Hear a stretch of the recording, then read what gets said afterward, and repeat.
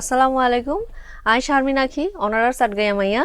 I আসছি আজিয়া জাগো এফমত 94.4। ওনারা আজিয়া দেখবেন আই আড্ডা দিউম একখানা মজা গইজুম কথাবার্তা হইউম ওনারতে ভালো লাগিব। আর এই প্রোগ্রামই বা ওনারা সাইট পারবেন হরে জাগো এফমর ইউটিউব চ্যানেল। তো চলো আমরা শুরু করি। Oh my God, oh my God. Welcome to the show. And hello, this is me, Arjun Shamridhi. চলছে The Viral Show brought to you by Pran Fruto. And আমরা বেশ অনেকক্ষণ কথা বলবো। আমাদের সাথে আছেন আমাদের সবার প্রিয় আখি আপু, আপনারা সবাই চেনেন। আর আখি আপুর সাথে আজকে একটা মজাদার শো করব, তার লাইফ স্টোরিও শুনবো, সব কিছুই চলবে। তবে তার আগে একটু বলছি, আমি চিটাগাংয়ের মেয়ে একটু বেশি ভয় পাই, বিকজ চিটাগাংয়ের মেয়ে মানে হচ্ছে আগুন। সো নোয়াখালীর ক্ষেত্রে বলা হয় যে নোয়াখালীরা নাকি শুধু চাঁদে গেলেও নোয়াখালীর মানুষকে পাওয়া যায়। সো চিটাগাংয়ের মেয়েদেরকে কোথায় কোথায় পাওয়া যায়? এই যে এখন তুমি এখানে পাচ্ছ সেটা তো পাচ্ছে, মানে এরকম একটা গর্ব হয় না? চিটাগাংয়ের ব্র্যান্ডিং করে না একটু? চিটাগাংয়ের ভাষায় অবশ্যই। হ্যাঁ, সবখানেই এখন আসলে পাওয়া যায়। চিটাগাংয়ের ভাষায় ব্র্যান্ডিং করেন। চিটাগাংয়ের মেয়েরা কেমন? যেমন আমার যদি এক লাইনেও একটু বলি, আমার একটা গানের লাইনে সিদা গাঙ্গা মাইয়া আই ব্যাগ বইঙ্গা নাচাই। বইঙ্গা মানে দুনিয়ার যারা, মানে আমাদের চিটংয়ের বাইরে যারা থাকে ওরা হচ্ছে আমরা বইঙ্গা বলি। তো চিটাঙ্গা মাইয়া বইঙ্গাদেরকে নাচায়। আচ্ছা, শুধু চিটাগাংয়ের মানুষের সাথেই বিয়ে হয়? চিটাগাংয়ের মানুষের ম্যাক্সিমামই এখন হয়তো একটু ওই মানে কি বলে রিলেশনশিপ বা একটু বাইরে যায়, ওরা আসলে কনভার্টেড হইতে চায় না। নেক্সট আমরা 1-2 মিনিট চিটাগাং নিয়ে কথা বলবো, তাই আমি শারমিনাকে রিকোয়েস্ট করছি যেন চিটাগাংয়ের ভাষাটা কন্টিনিউ করে। তুমি তো বুঝবা না। আমি বোঝার চেষ্টা করছি, না বুঝলে আমি জিজ্ঞেস করে নেব। সবার প্রথমে আমার যেই প্রশ্নটা সেটা হচ্ছে, চিটাগাংয়ের মেয়েরা কেমন হয় এটা যদি 2-3 লাইনে আপনি ব্র্যান্ডিং করেন, মানে লক্ষ্মী হয় কিনা? আর সাইড গে মায়া কল একখানা লাজুক হই, শালীন হই, ময় মরুবি মা বাপর হতাউনি ব্যাগ কিছু মানি, সাংসারিক হই, আরা বালা রান্দিত পারি, আচ্ছা, আপ্যায়ন করিত পারি। মাইয়া অক্কল আর আসলে সাংসারিক আই হইও, খুব সাংসারিক পারিবারিক, এবং তা ইতারার বংশরে ইতারা খুব সুন্দর করে টানি লই যাইতে পারে। আচ্ছা, দারুণ তো। আমি শুনেছি একটু পজিটিভ হয় চিটাগাংয়ের বউগুলা, যে নিজের জামাইকে অন্যদিকে তাকাইতে দেয় না। না না না, ফুয়াক্কা ইল্লা দে সিটেঙ্গা ফুয়া মেরিত বললে লোয়া ইতারা লোয়া এটা মানে কি বুঝি নাই। ফুয়াক্কল পজিটিভ হয় দে পোলারা? আচ্ছা, তাই নাকি? পোয়া কয় না ফুয়া। চিটাগাংয়ের পোয়ারা কেমন হয়? ফুয়া বালা বালা? আর জামাই চিটাঙ্গা পোয়া আছে বালা। চিটাগাংয়ের মানুষ কেন চিটাগাংয়ের মানুষকে বিয়ে করে? চিটাগাংয়ের ভাষায় অবশ্যই। আরা আসলে আনার মধ্যেও থাকতাম চাই, আরা ওই যে হয় না যে কি বলে মিক্স ব্রিড, আরা মিক্স ব্রিড হইতাম ন চাই, আনার ব্রিড থাকতাম চাই। আচ্ছা, মানে চিটাগাংয়ের পরিবাররা সাধারণত অন্য মানুষকে বা অন্য জেলার মানুষকে অ্যালাউ করে না, এটা যতটুকু জানি। তো আপনিও তো চিটাগাংয়ের জামাই পাইছেন, চিটাগাংয়ের জামাইয়ের যদি একটু ব্র্যান্ডিং করেন, মানে বললেন তো ভালো হয়, পজিটিভ হয়, আর কি কি ব্র্যান্ডিং আছে? ফুয়া কলের ওই গই লাইন সিটেঙ্গা ফুয়া মেরিত পড়লে লুয়া, মাটিতে পড়লে লোহা। হ্যাঁ। আচ্ছা, ওকে, দারুণ তো। আচ্ছা, সেক্ষেত্রে আপনারা মানুষকে, অন্য জেলার মানুষকে বইঙ্গা বলেন কেন? কি সমস্যা আপনাদের? ইমাই নজানি বইঙ্গা কিনলে হয় আত্মা লাগে বইঙ্গা বাইরের ইতার লাই বইঙ্গা, আর ইতারা আত্মা লাগে যে ইতারা আনার এড়ে আইসিয়া না কেন ডং মং করে ইতার লাই ইতারা আনারা খজি ইতারা বইঙ্গা। চিটাগাংয়ের জেলার মানুষরা কোন জেলার মানুষের সাথে একটু রেশারেশি আছে, বা টেক্কা দেয় কোন জেলার মানুষকে, বা ঝগড়া লাগলে চিটাগাং কোন জেলার মানুষের সাথে জিতবে? ব্যাগগুনোর লগে জিতিব ইতারা। ব্যাগুন? কি বলেন? নোয়াখালী? কুমিল্লার লগে ন জিতিব মনে হয়। কুমিল্লার লগে ন জিতিব? ডু ইউ নো আমি কুমিল্লার? আমি হাইলো জানি, আরে মাম করতো। ওকে, সো কুমিল্লার সাথে কেন পারবেন না? কুমিল্লার মানুষ কি সমস্যা কি? কুমিল্লার মানুষ ওই যে হদে না ব্রাহ্মণবাড়িয়ার ওখানে ডেকসেট বাজায় আর মারামারি করে, তাই হইলাম আরি চিতার লগে ফারি বা মানে যাইতুনো ফার্ম যাইতুনো তার লয়। ওকে, হোয়াট অ্যাবাউট নোয়াখালী? ইতারা মারামারি করে না, ঝগড়া করে, চুলাচুলি করে মাঝে মাঝে, শুনছি আর কি। যাইছাম ফুলবো। ওকে, সো চিটাগাংয়ের মানুষ প্রচুর পরিমাণে সুন্দরী হয়, মানে মেয়েরা, এবং বুদ্ধিমতী হয়। এটার কারণ কি? লবণাক্ত পানি? হ্যাঁ, এখন শুদ্ধ ভাষায় কথা বলি। আর 2 মিনিট নোয়াখালী ভাষায় কথা বল, নোয়াখালী না, সরি, চিটাগাং ভাষায় কথা বলেন, সমস্যা নেই। চিটাগাং মেয়েরা এত সুন্দরী হয় কেন? আয়োডিন, আয়োডিনের জন্য? সামুদ্রিক মাছ, বাতাস, প্রাকৃতিক পাহাড় পর্বত ব্যাগ কিছু সুন্দর ন, জায়গাটা চাইবা এড়ে সুন্দর সুন্দর চাইবা, ফেরো বাচ্চাও সুন্দর হইব। ওকে, একটা কথা প্রচলিত আছে যে ভাষা, বাংলা ভাষা নোয়াখালীতে এসে আহত এবং চিটাগাংয়ে এসে নিহত, এবং আপনারা যখন একে অপরের সাথে কথা বলেন আমরা বুঝি না। তো কেমন লাগে যে এরকম ইউনিক একটা ভাষা, আঞ্চলিক ভাষা? অবশ্যই প্রত্যেকটা আঞ্চলিক ভাষা খুবই এক এক অঞ্চলের কাছে কিন্তু এটা একটা সম্পদ, আমরাও খুব পছন্দ করি। তো সেক্ষেত্রে যখন এই যে কথা বলেন দুজনের সাথে, বান্ধবী ধরেন আরেক বান্ধবী বুঝতেছে না, তখন কেমন ফিল হয় আপনাদের? বহুত মজা লাগে। যেন শুটিংয়ের মধ্যে যদি আমরা সিটেঙ্গা কল একসাথে হই, তো যে মানে 3 নাম্বার পার্সন যেই তাইবু ইতারে কোনো কিছু মানে হনের ইচ্ছা আর ইতারে ন বুঝায়, তো আরো দুজন হয়ে দিত থাকি। ইতে ইসা মাসুর মাথা ইতে মাথাতে কিছু নাই, ইতে তো কিচ্ছু ন বুঝবো, ইতের সামনে বসে ইতের নামে ব্যাগ কিছু হয়ে দিতে পারি। আচ্ছা, এখন আমার সামনে বসে আমাকে কিছু উল্টাপাল্টা কথা বলেন যেগুলো আমি বুঝবো না, দেখি পারেন, দেখি আমি বুঝি কিনা। অনেক উল্টাপাল্টা না, কিছুটা আর কি। না তোরা নয় বুয়ার। আচ্ছা, আমাকে কিছু কথা বলেন, আমি বুঝার চেষ্টা করি। তোমার ওয়াইজা হজন ওয়াইজা আছে না? এটা তোমার কোনো ওয়াইজা? ওয়াইজা কি? বন্ধু? বন্ধু আছে? হ্যাঁ, অবশ্যই বন্ধু আছে। হন হন হুও ওয়াইজা আছে তোমার? ও মাই গড, এটা আসলে বোঝা সম্ভব না, এটা আসলে ডিফারেন্ট। এবং উই রেসপেক্ট বিভিন্ন আঞ্চলিক ভাষাকে, অবশ্যই আমরা রেসপেক্ট করি, এবং খুব চমৎকার আপনাদের এই ভাষাটা। যখন কথা বলেন না, আপনার চেহারার মধ্যে একটা মিষ্টতা চলে আসে, দারুণ। এবং আমি যতটুকু জানি চিটাগাংয়ের ছেলেরা বিজনেস নির্ভর হয়, মেয়েরাও বিজনেস করতে পছন্দ করে, যদিও মেয়েরা একটু কম বাইরে চলে আসে, ঘরে রাখতেই, মেয়েদেরকে একটু ঘরে ঘরোয়া ভাবে রাখতেই পছন্দ করে চিটাগাংয়ের মানুষ। তবে বিজনেসের ব্যাপারে খুব তারা অ্যাক্টিভ ছেলেরা, এবং গরুর ব্যবসা বেশি করে, এটা কতটুকু সত্য? এখন নর্মালি আসি। হ্যাঁ, গরুর ব্যবসা আসলে না, মানে আমাদের হচ্ছে যে চাকতাইয়ের যেই জায়গাটা, মানে ব্যবসায়িক জায়গা, ওইখান থেকে আসলে সব মানে ছেলেরা বলতে এটা হয়ে আসছে যে হয় ব্যবসায়ী হবে, আর না হয় চিটাগনিয়ানদেরকে কিন্তু আরো একটা ভাষায় আরেকটা নামে ডাকা হয় জমিদার। জমিদারটা আসলে জমিদারি হিসেবে জমিদার না, কারণ তাদেরকে জমিদার বলা হয় বাড়িওয়ালা। আমরা যেমন এখানে বাড়িওয়ালা বলি, ওইখানে বাড়িওয়ালাদেরকে জমিদার ডাকা হয়। আচ্ছা, তো ওই এমনও হয় যে অনেকে বাপ দাদার 4-5টা বাড়ি আছে, কিছুই হয়তো করার দরকার নেই, কারণ ওই ভাড়া বাড়ি থেকেও চলে আসতেছে। তো শুধু ব্যবসা করেও তাই না, অনেকে জমিদারি টাইটেলটা নিয়েও থাকে সারা জীবন, এটাও করে। মানে জমি কি বলে যে ভাড়া দেওয়া, আমরা যেটা বাড়িওয়ালা, মানে আমাদের আমরা যদি ভাড়া বাসায় থাকি একটা, ওখানে একজন মানে ওনার থাকে না, বাড়ির মালিক, তো ওই বাড়ির মালিকটাকে আসলে ওরা জমিদার বলে। So what about your family? জমিদার? জমিদারের মেয়ের সাথে কথা বলতেছে দেখি বাড়িওয়ালার মেয়ে কোনটা? বাড়িওয়ালাই।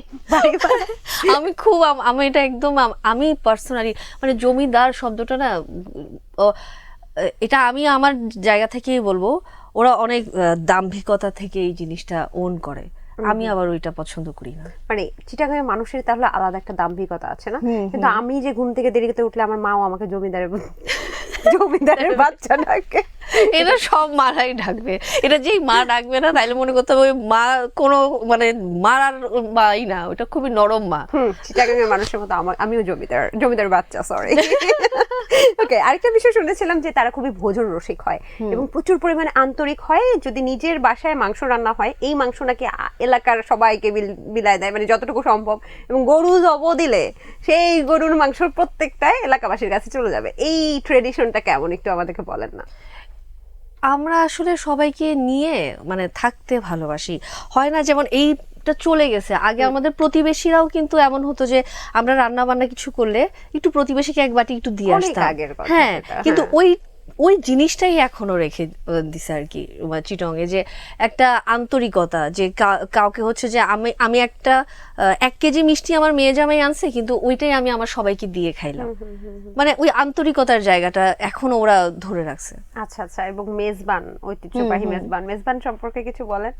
মেজবান মানে কি বলবো, মেজবানটা আসলে, যদিও এটা আসলে মানুষ মারা গেলে সেই অনুষ্ঠানের খাবার, কিন্তু আমরা অনেক আনন্দ করে খাইতে যাই, এটাই খুবই খারাপ লাগে আমার সিরিয়াসলি। মানে মেজবানের মাংসটা এত টেস্টি হয়। শুধুমাত্র মানুষ মারা গেলে মেজবান হয়? হ্যাঁ হ্যাঁ, তাদের জন্য আমার জানার সীমাবদ্ধতা ছিল, আমি শুনেছিলাম। হ্যাঁ, মেজবানটা আসলে যে সুন্নতে খাতনা বা বিয়ে এই সব ক্ষেত্রে না, মেজবানটা আসলেই আসছে ওইখান থেকে। আচ্ছা আচ্ছা, মানে মানুষ মারা যাওয়ার পরে যেমন 4 দিনে এবং 40 দিনে যে খাবারটা খাওয়ানো হয়, ওইটাই আসলে মেজবানের মতো করেই দেয়। এবং বাৎসরিক যেটা আবার হয়, যে বছর শেষ 1 বছর হলো 2 বছর হলো, ওইভাবে করে মেজবানটা খাওয়ানো হয়, যে দাদার ওর নামের বা কেউ কারো কি বলবো জ্যাঠা বাবা যারাই, মানে মুরব্বীরা যখন থাকে না, তাদের ওইটার খাবার।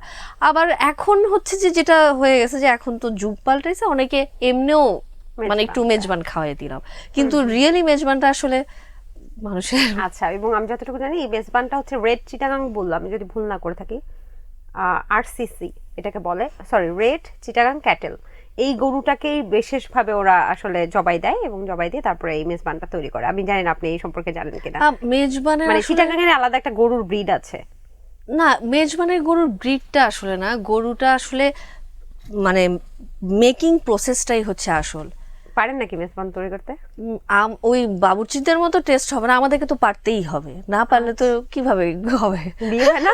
বিয়ে হয় না, মানে তুমি মেজবান রান্না করতে পারবা না? তুমি মেজবানের রেসিপি জানো না? এটা তো হইতেই পারে না। শুনি, মেজবানের রেসিপি কি? রেসিপি হচ্ছে ওখানে তো অনেক ধরনের, তোমার ধরো বাদাম থাকবে, ওটার একটা পরিমাণ, কিন্তু এটার প্রথম হচ্ছে তুমি যাই দিবা মশলা, মাংস একদম এখনই দিতে হবে। মানে গরুটা মাত্র জবাই হয়েছে, ধুইতেও হয় না মাংসটাকে অত বেশি, মানে হয়তো মানে আমরা অনেক বেশি করে ধুয়ে ব্লাড করে সাদা করে ফেলি না, মেজবানের মাংসটা কিন্তু এত বেশি ধোয়েও না। আর সাথে সাথে জবাই দিয়ে তখনই রান্না? হ্যাঁ, তখনই পাতিলের মধ্যে এনে সবকিছু দিয়ে একদম দমের মধ্যে রেখে হয়তো অল্প স্বল্প নাড়াচাড়া দিবে, এরপর লাস্টের দিকে হচ্ছে যে উপরে কয়লা দিয়ে এটাকে রেখে করবে, কিন্তু ওই মেকিং প্রসেসটাই হচ্ছে মেইন। আরে দারুণ, তো অনেক কিছু জানলাম। আচ্ছা, আরেকটা বিষয় আমি একটু জানতে চাই, যে চিটাগাংয়ে নাকি দেশের মানে সবচেয়ে কম বৃদ্ধাশ্রম নেই বললেই চলে, এবং সেখানকার, এটা কি আপনি জানেন কিনা এই সম্পর্কে? আমি জানি না, কারণ আমরা তো ওই যে বললাম না, ময় মুরব্বীদেরকে আমরা আদর করি, সম্মান করি, তো যারা কিনা আমাদের মানে মাথার ছাদ আমি বলবো, মানে একটা ঘরে যদি একটা মুরব্বী থাকে, সেখানে না ব্লেসিং থাকে অটোই একটা, কেন জানো, সবকিছুতেই তুমি দেখবা তুমি অনেক কিছু শিখতে পারবা, তুমি অনেক দূরদর্শী হবা, কারণ ওনারা এমন এমন কিছু তোমাকে শিক্ষা দিবে যেগুলো কিনা তোমার চলার পথে অনেক ইজি হবে, তুমি করবা। তো আমাদের প্রত্যেকটা ঘরে একটা একটা মুরব্বী থাকেই। আচ্ছা, শেষ চিটাগাং নিয়ে যেটা প্রশ্ন, আমি শুনেছি একটা বিয়ের ট্রেডিশন আছে সেখানে, মানে জামাইকে এত বড় ডালা না দিলে ঝগড়া বাজে যাবে। ছাগলের পুরাই হচ্ছে যে একদম আস্ত ছাগল থাকবে, যেটা কিনা ওই, এইটা কি, এই বিয়ের ট্রেডিশনটা কি একটু চিটাগাং এর ভাষায় আমরা শুনবো কিনা? মানে বিয়ের ট্রেডিশন কি চিটাগাং এর? বিয়ের ট্রেডিশনটা থাকে আসলে একদম একটা উৎসবের মতো চিটাগাং এর ভাষায়। চিটাগাং ভাষায় বলতে গেলে উৎসবের মতো। ব্যাগ আত্মীয় স্বজন আইবু 1 সপ্তাহ 15 দিন আগতুন। ও আচ্ছা। আর বিয়া মানে আগ ধুয়ে যাইবু 1 সপ্তাহ আগে, হালি মাইয়া এবার তুলি দেওয়া হইলে বিয়া আরি আগ দাঁড়া হয়ে আরি 1 সপ্তাহ আগে আগ ধুয়ে যাইবু ফুয়া মাইয়ার। এই 1 সপ্তাহ আগতুন এবার ব্যাগ কিছু শুরু, ফিটা টিটা দন, এই দন এই দন, মুরব্বিয়ানা হর দন, ব্যাগ গুনোর মধ্যে উগ্ন মানে একবার ডেইলি উগ্ন প্রোগ্রাম থাকিবই। তো সিরেঙ্গা বিয়া হইব দেখবো উৎসব। আচ্ছা আচ্ছা, এমনিতে জামাইকে ডালা কিভাবে দিতে হয়? এবার শুধু জামাই ন, মানে জামাই যারে বইবো আর কি, হাইতো সাগরানা প্লেট বা জিয়ান হয় আর এবারতে দুরুস্থান পড়ব, আস্ত কুড়ো মানে মুরগি, আস্ত কুড়ো। আচ্ছা, এবার দুরুস ন দিলে তো তুই মানে তো ঝগড়া লাগে যাবো গুই, আর দুরুস ন দেয়। আচ্ছা আচ্ছা, দুরুস দন পড়ব। তো দুরুসের এখন একখানা বড় করি এনে দুরুস বানা যে ছাগলের দুরুস। ওকে, কুড়ো তো এখন ছাগলের কি, মানে ছাগল লাগবেই।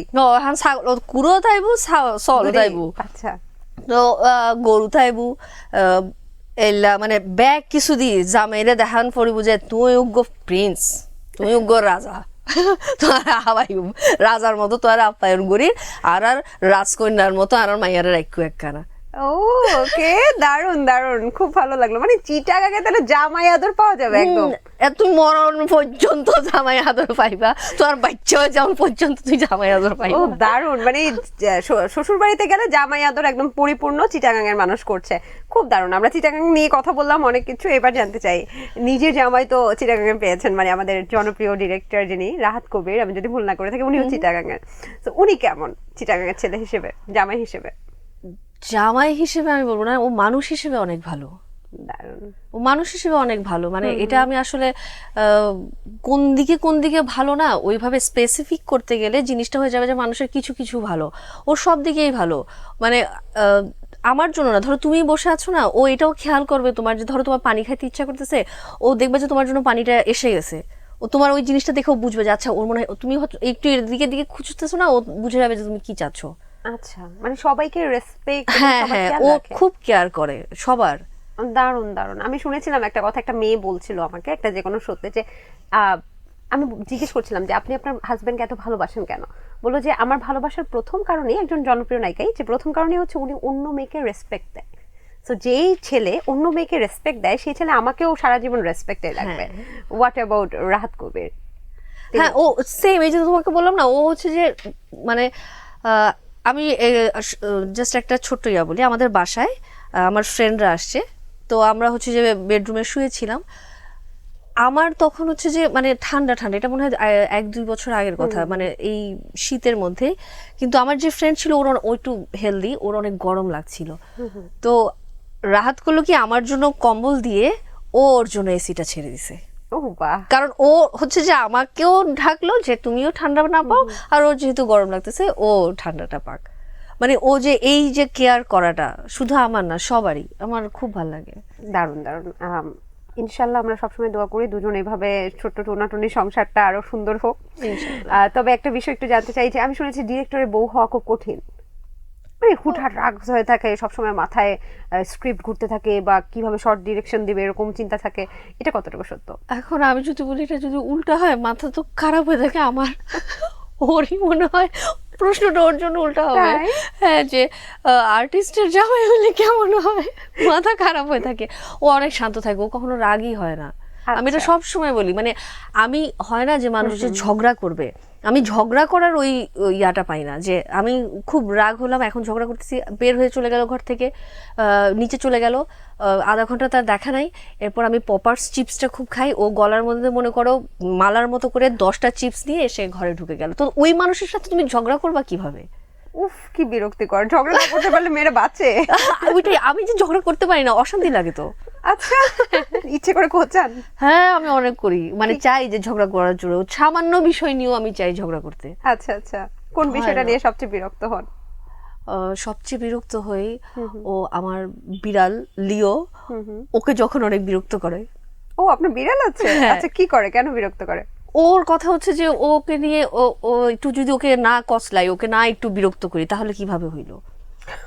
ওর কথা হচ্ছে ওকে আমি বিরক্ত করবো, তো ও আবার লিও আবার বিরক্ত পছন্দ করে না, তো তখন আমি ওকে বলি যে তুমি, ওইটাই আমার হচ্ছে যে একটু ইয়া লাগে যে ওকে কইরো না বিরক্ত, কিন্তু ওইটা করবেই, ডেইলি একবার হইলে ওকে বিরক্ত করতে হবে, যেতে টেতে ধরে মানে ওর শেষ করে দেয় ওকে। দারুণ। বিড়ালের বয়স কত এখন? এই যে ফেব্রুয়ারি 14 তারিখে ওর 2 বছর হবে। 2 বছর। স্কুলে পড়ে আপনার বিড়াল? কি কি শিখেছে? সরা পারে? ও শুধুমাত্র আমার কথাই বোঝে। আচ্ছা, মানে যা বলি তাই বোঝে, ধরো আর কেউ ও ডাকলে টাকলে বোঝে, শুধু ও আমার কথাই সব বুঝে, তো আমার ভাষার মধ্যে স্বরে আকার রসিকার যা আছে ও সব বুঝে। দারুণ। একটা বিষয় সত্যি, যে ভালো জীবনসঙ্গী পাওয়াটা আসলে ভাগ্যের ব্যাপার, মাশাআল্লাহ। তো সেক্ষেত্রে ভাইয়া কোনো আদুরে নামে ডাকে আপনাকে? যদি খুব পার্সোনাল কোশ্চেন হয়ে যায়। না, মানে আদুরে নামে বলতে আমরা একজন আরেকজনকে মন্টি ডাকি। মন্টি? অনেক আগে একটা কার্টুন ছিল এটা। আমরা একজন আরেকজনকে মন্টি ডাকি, শিন্টি ডাকি, মানে যা মনে আসে তাই, কিন্তু মন্টিটা আমাদের হচ্ছে যে আর টুনটু, এই দুইটা কিউট। এটা মানে কি? জানি না, এটা আমাদের হয়ে গেছে নরমালি। আচ্ছা। মানে একজন আরেকজনকে আমরা, ও আমাকে ডাকে আমি ওকে ডাকি, মানে স্পেসিফিক। ও কে মন্টি আর কে টুনটু? দুইজনই মন্টি, দুইজনই টুনটু। আচ্ছা। তার মানে ভাইয়াই আপনার রাগ ভাঙায় ঝগড়া বাজলে? হ্যাঁ। আর উনি কখনোই রাগ করতে দেখেননি? না, আপনার রাগ কোনো আমি কাজে রাগ বিরক্ত দেখছি, হয়নি? মানে শুটিং এর মধ্যে অন্যান্যদের সাথে রাগ হয়, আমার সাথে কখনো রাগারাগি হয়নি। জীবনসঙ্গী হিসেবে আপনার যখন সবচেয়ে বাজে সময় গিয়েছে সেই সময়টাও ভাইয়া আপনার পাশে ছিল, যেটা আমরা অবশ্যই শুনেছি আপনার মুখেই। সেটা সত্যিই প্রশংসনীয়। তবে একটু জানতে চাই যে আমরা কোথাও শুনিনি যে ভাইয়ার সাথে আপনার পরিচয়টা কিভাবে হয়েছে। যদিও পার্সোনাল, আপনি যদি বলতে চান আমাদের সাথে শেয়ার করতে চান যে পরিচয় কিভাবে, পরিণয় কিভাবে, নাকি ওটা খুবই একটা মানে কি বলবো, লাল হয়ে যাচ্ছে লজ্জায়? মানে এটা আসলে মনে হয় লেখা ছিল ওর সাথে আমার মিট হবে। মানে আমরা কেউ কাউকে কিন্তু চিনি না। কক্সবাজারে ও একটা প্রোগ্রামে মানে গেছে ওখানে, আর আমরাও গেছি। তো সি প্যালেস, হ্যাঁ সি প্যালেস হোটেলেই আমরা উঠি। তো ওইখানে যাওয়ার পরে ও আমাকে দেখে, দেখার পরে হচ্ছে যে কথা হয়, কথা হওয়ার পরে ওই প্রোগ্রামটার মধ্যে হয় কি একটা ক্রেস্ট দেওয়া হয় সবাইকে। তো আমিও বলতেছিলাম ওকে যে না আপনি ভুল বলতেছেন, এটা সবাইকে দিবে না, এটা শুধুমাত্র যারা কিনা এখানের মধ্যে অ্যাটেন্ড করছে, মানে গান যারা গাচ্ছে বা নাচ যারা করছে ওদেরকে দেয়া হবে। এখন ও যে ওই প্রোগ্রামের ওই টিমের মধ্যে একজন প্রধানের মধ্যে আছে আমি তা জানি না। ও আমাকে চ্যালেঞ্জ করতেছে যে এটা সবাই পাবে, কারণ ও তো জানে। আচ্ছা। তো ওর সাথে একটা কফির চ্যালেঞ্জ ছিল আমার, যদি সবাই পায় তাহলে আমি ওকে কফি খাওয়াবো, আর আমার কথা যদি ঠিক হয় তাহলে ও আমাকে কফি খাওয়াবে। মুভির কাহিনী। হ্যাঁ সেটাই। কিন্তু ওই যে আমি হেরে গেলাম। এরপরে হচ্ছে যে চলে আসি আমরা চিটং এ। আসার পরে শিল্পকলায় পহেলা বৈশাখের দিন আমাদের হচ্ছে যে মানে দেখা হয়, চিটাগাং শিল্পকলা। হ্যাঁ। তো পহেলা বৈশাখে দেখা হয়, আমি আমার ফ্রেন্ডদের সাথে থাকি, ও ওখানে যায়। ও আমাকে বলে কি চলো আমরা একটু ঘুরতে যাই। আমি বলছি যে তোমার তো কফি খাওয়ানোর কথা ছিল আমাকে। তো আমি বলছি আচ্ছা ঠিক আছে বের হয়ে। এরপরে তখন তো ওই যে ঘন্টা রিক্সা থাকতো, তো ঘন্টা রিক্সা বলতে 1 ঘন্টা মানে তুমি 60 টাকা দিয়ে 1 ঘন্টা রিক্সায় ঘুরতে পারবা। হ্যাঁ আমাদের ওখানে এটা ইয়া হতো। তো ওই এরকম 1 ঘন্টা রিক্সাও নেয়। আমরা আমাদের শিল্পকলার আশপাশে এরকম ঘুরতে থাকি। ও মানে প্রপোজটাও যদি আমি বলি, এমন ভাবে ও প্রপোজটা ছিল যে আমি হ্যাঁ বললেও না, না বললে হ্যাঁ। আচ্ছা, মানে সরি, হ্যাঁ বললে তো হ্যাঁ, না বললেও হ্যাঁ, মানে যাই বলবো ওটা হ্যাঁই হবে। আমি এখন মনে নেই, মানে ও জিনিসটাকে এতটাই মানে ঘুরায় পেঁচায় বিষয়টাকে নিয়ে আসছিল। তো তখন হচ্ছে যে আমি ওকে, তো সেটা হ্যাঁই হবে, হ্যাঁ বলে চলে আসি। তারপরে আস্তে আস্তে আমাদের প্রেমটা শুরু হয়। আচ্ছা, মানে ওই যে দেখা হলো কক্সবাজারে, তারপরে আর এরপর আমাদের না আমাদের আর দেখা, তারপরে কি কাকতালীয় ভাবে আবার জেলা শিল্পকলা না ওইখানের মধ্যেও আমাকে হচ্ছে যে নাম্বার তো দিয়ে আসছিলাম ওকে। তো আমাকে মেসেজ দেয় যে তুমি কি ফ্রি থাকবা কি না, তাহলে তোমার তো কফিটা আমি পাওনা রইলাম। তখন আমি ওকে বলছিলাম যে আমি শিল্পকলা যাব এরকম। আমি এটাও জানি যে হ্যাঁ শিল্পকলা একটা গ্রুপের মধ্যে আছে। তো তখন আমি বলছি যে এই পহেলা বৈশাখে তো যাবোই শিল্পকলায়, তখন দেখা হয়ে যাবে, কফি খাওয়া দিব আপনাকে। আমি অত তখন মানে ব্যাপারটা নিয়ে ছিলাম না। আমি বলছি আচ্ছা ঠিক আছে খাওয়া দিব কফি টফি। কিন্তু পরে মেয়েরা বুঝতে পারে না, এটা আমি বিশ্বাস করলাম না। ওই সময় ও কোনোভাবেই আমাকে দেখায় নাই, মানে কফিও যে খাবে বা এই জিনিসটাও তখনও পর্যন্ত আমাকে ওইটা ফিলই করায় নাই। একটা ছেলে শুধু কফি জাস্ট যখন আমি রিক্সাও ভাড়া করতেছে ঘন্টার জন্য, তখন আমার মনে হয়েছে যাচ্ছে হ্যাঁ ও আসলে কফি খাইতে তো যাচ্ছি না, এখানে অন্য কোনো কিছু আছে। হ্যাঁ তখন আমি বুঝছি, যখন ঘন্টা রিক্সা দিচ্ছে যে কেন ঘন্টা রিক্সা দিচ্ছে সে। দারুণ। কিন্তু সৃষ্টিকর্তার কি অপূর্ব মিল দেখেন, চিটাগাং এর ছেলের সাথেই আপনার পরিচয় হয়ে গেল। মানে কক্সবাজারে তো অন্য ছেলের সাথেও আপনার পরিচয় হতে পারতো। এক্ষেত্রে তো মনে হয় পারিবারিক বাধাটাও হয়নি ওরকম ভাবে, নাকি? পারিবারিক বাধা আমাদের আসলে ছিল, হ্যাঁ অনেক ছিল। মানে তারপর কত বছর প্রেম থাকলো? এটা 2006 থেকে আমাদের প্রেম শুরু। এই যে এখন যদি ধরি তাহলে তো ও মাশাআল্লাহ, তো বিয়ে করে ফেলেছেন। বিয়ের আগে কতদিন প্রেম? বিয়ের আগে 6 থেকে 7 বছর হবে হয়তো। 7 বছর প্রেম? হ্যাঁ। ও মাই গড, মানে এটা সত্যিই প্রশংসনীয়। সাধারণত এত বছর টিকেই থাকে না প্রেমগুলো, আর এই যুগে তো অসম্ভব। মানে প্রেমের পরেই হ্যাঁ বিয়েটা 7 বছর পরেই করি আমরা। সো একটু আমরা যদি চট করে শুনে যাই যে এই সময়, প্রেমটার সময় তো অনেক উত্থান পতন থাকে, অনেক ডিপ্রেশন চলে আসে, হয় অনেক ঝগড়া চলে আসে, হয়তো অন্য কেউ আপনার বয়ফ্রেন্ডকে ডিস্টার্ব করছে, বা আপনি নিঃসন্দেহে সুন্দরী, নিশ্চয়ই আপনার পেছনে অনেক ছেলে ঘুরঘুর করতো। তো এরকম কোনো মজার অভিজ্ঞতা নেই প্রেমের সময়? না, কারণ আমার যেটা হয়েছে কি, মানে আমি কক্সবাজার যখন যাই তখন হচ্ছে যে আমার এসএসসি টেস্ট পরীক্ষা দিয়ে, তো আমার জীবনের প্রেম প্রথম পুরুষ ওই চলে আসে। আচ্ছা, আর কেউ কি, মানে কেউ যে আসবে বা আর কাউকে নিয়ে যে আমি ভাববো বা ভাবা যায়, এটাই আমি তখন আর ওইভাবে আমি বলছি, আচ্ছা ওই ঠিক আছে। সবকিছু মিলে তো আমার, ও আসলে আমরা কখন অন্য জায়গায় অপশনে যাই যখন কোনো না কিছু মিলে না বা কোনো কিছুর মধ্যে একটু ঝামেলা থাকে, আন্ডারস্ট্যান্ডিং এর কোনো কিছু, ও সব সময় মানে আমার যদি বলি আমার পিছনে এবং আমার সামনে দোনো দিকে আমার শিল্ড হয়েও থাকবে এবং আমার ব্যাকবোন হয়েও মানে সবসময় ছিল এখনো পর্যন্ত। আচ্ছা।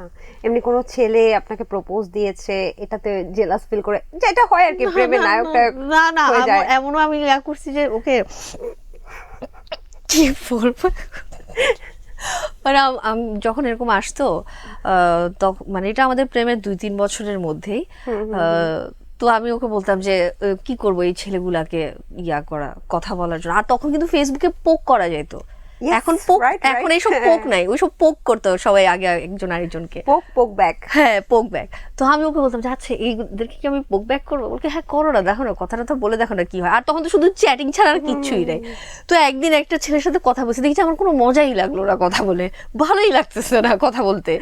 আচ্ছা, তো তারপর আমি চিন্তা করলাম যে না, মনে হয় হবে না আমার এতে। আসলে প্রেমে থাকলে তখন পৃথিবীর আর কোনো পুরুষই ভালো লাগে না। তবে একটা বিষয় যতটুকু আমি, মানে আমরা যেটা মনে করি যে প্রেমের সময় তখন একদম ছোট্ট, কি বলে, টিনেজার মেয়ে বলবো নাকি হ্যাঁ, কিশোরী? না টিনেজার, আসলে টিনেজার মেয়ে মাত্র এসএসসিটা দিয়েছে, তারপর প্রেমে পড়েছে।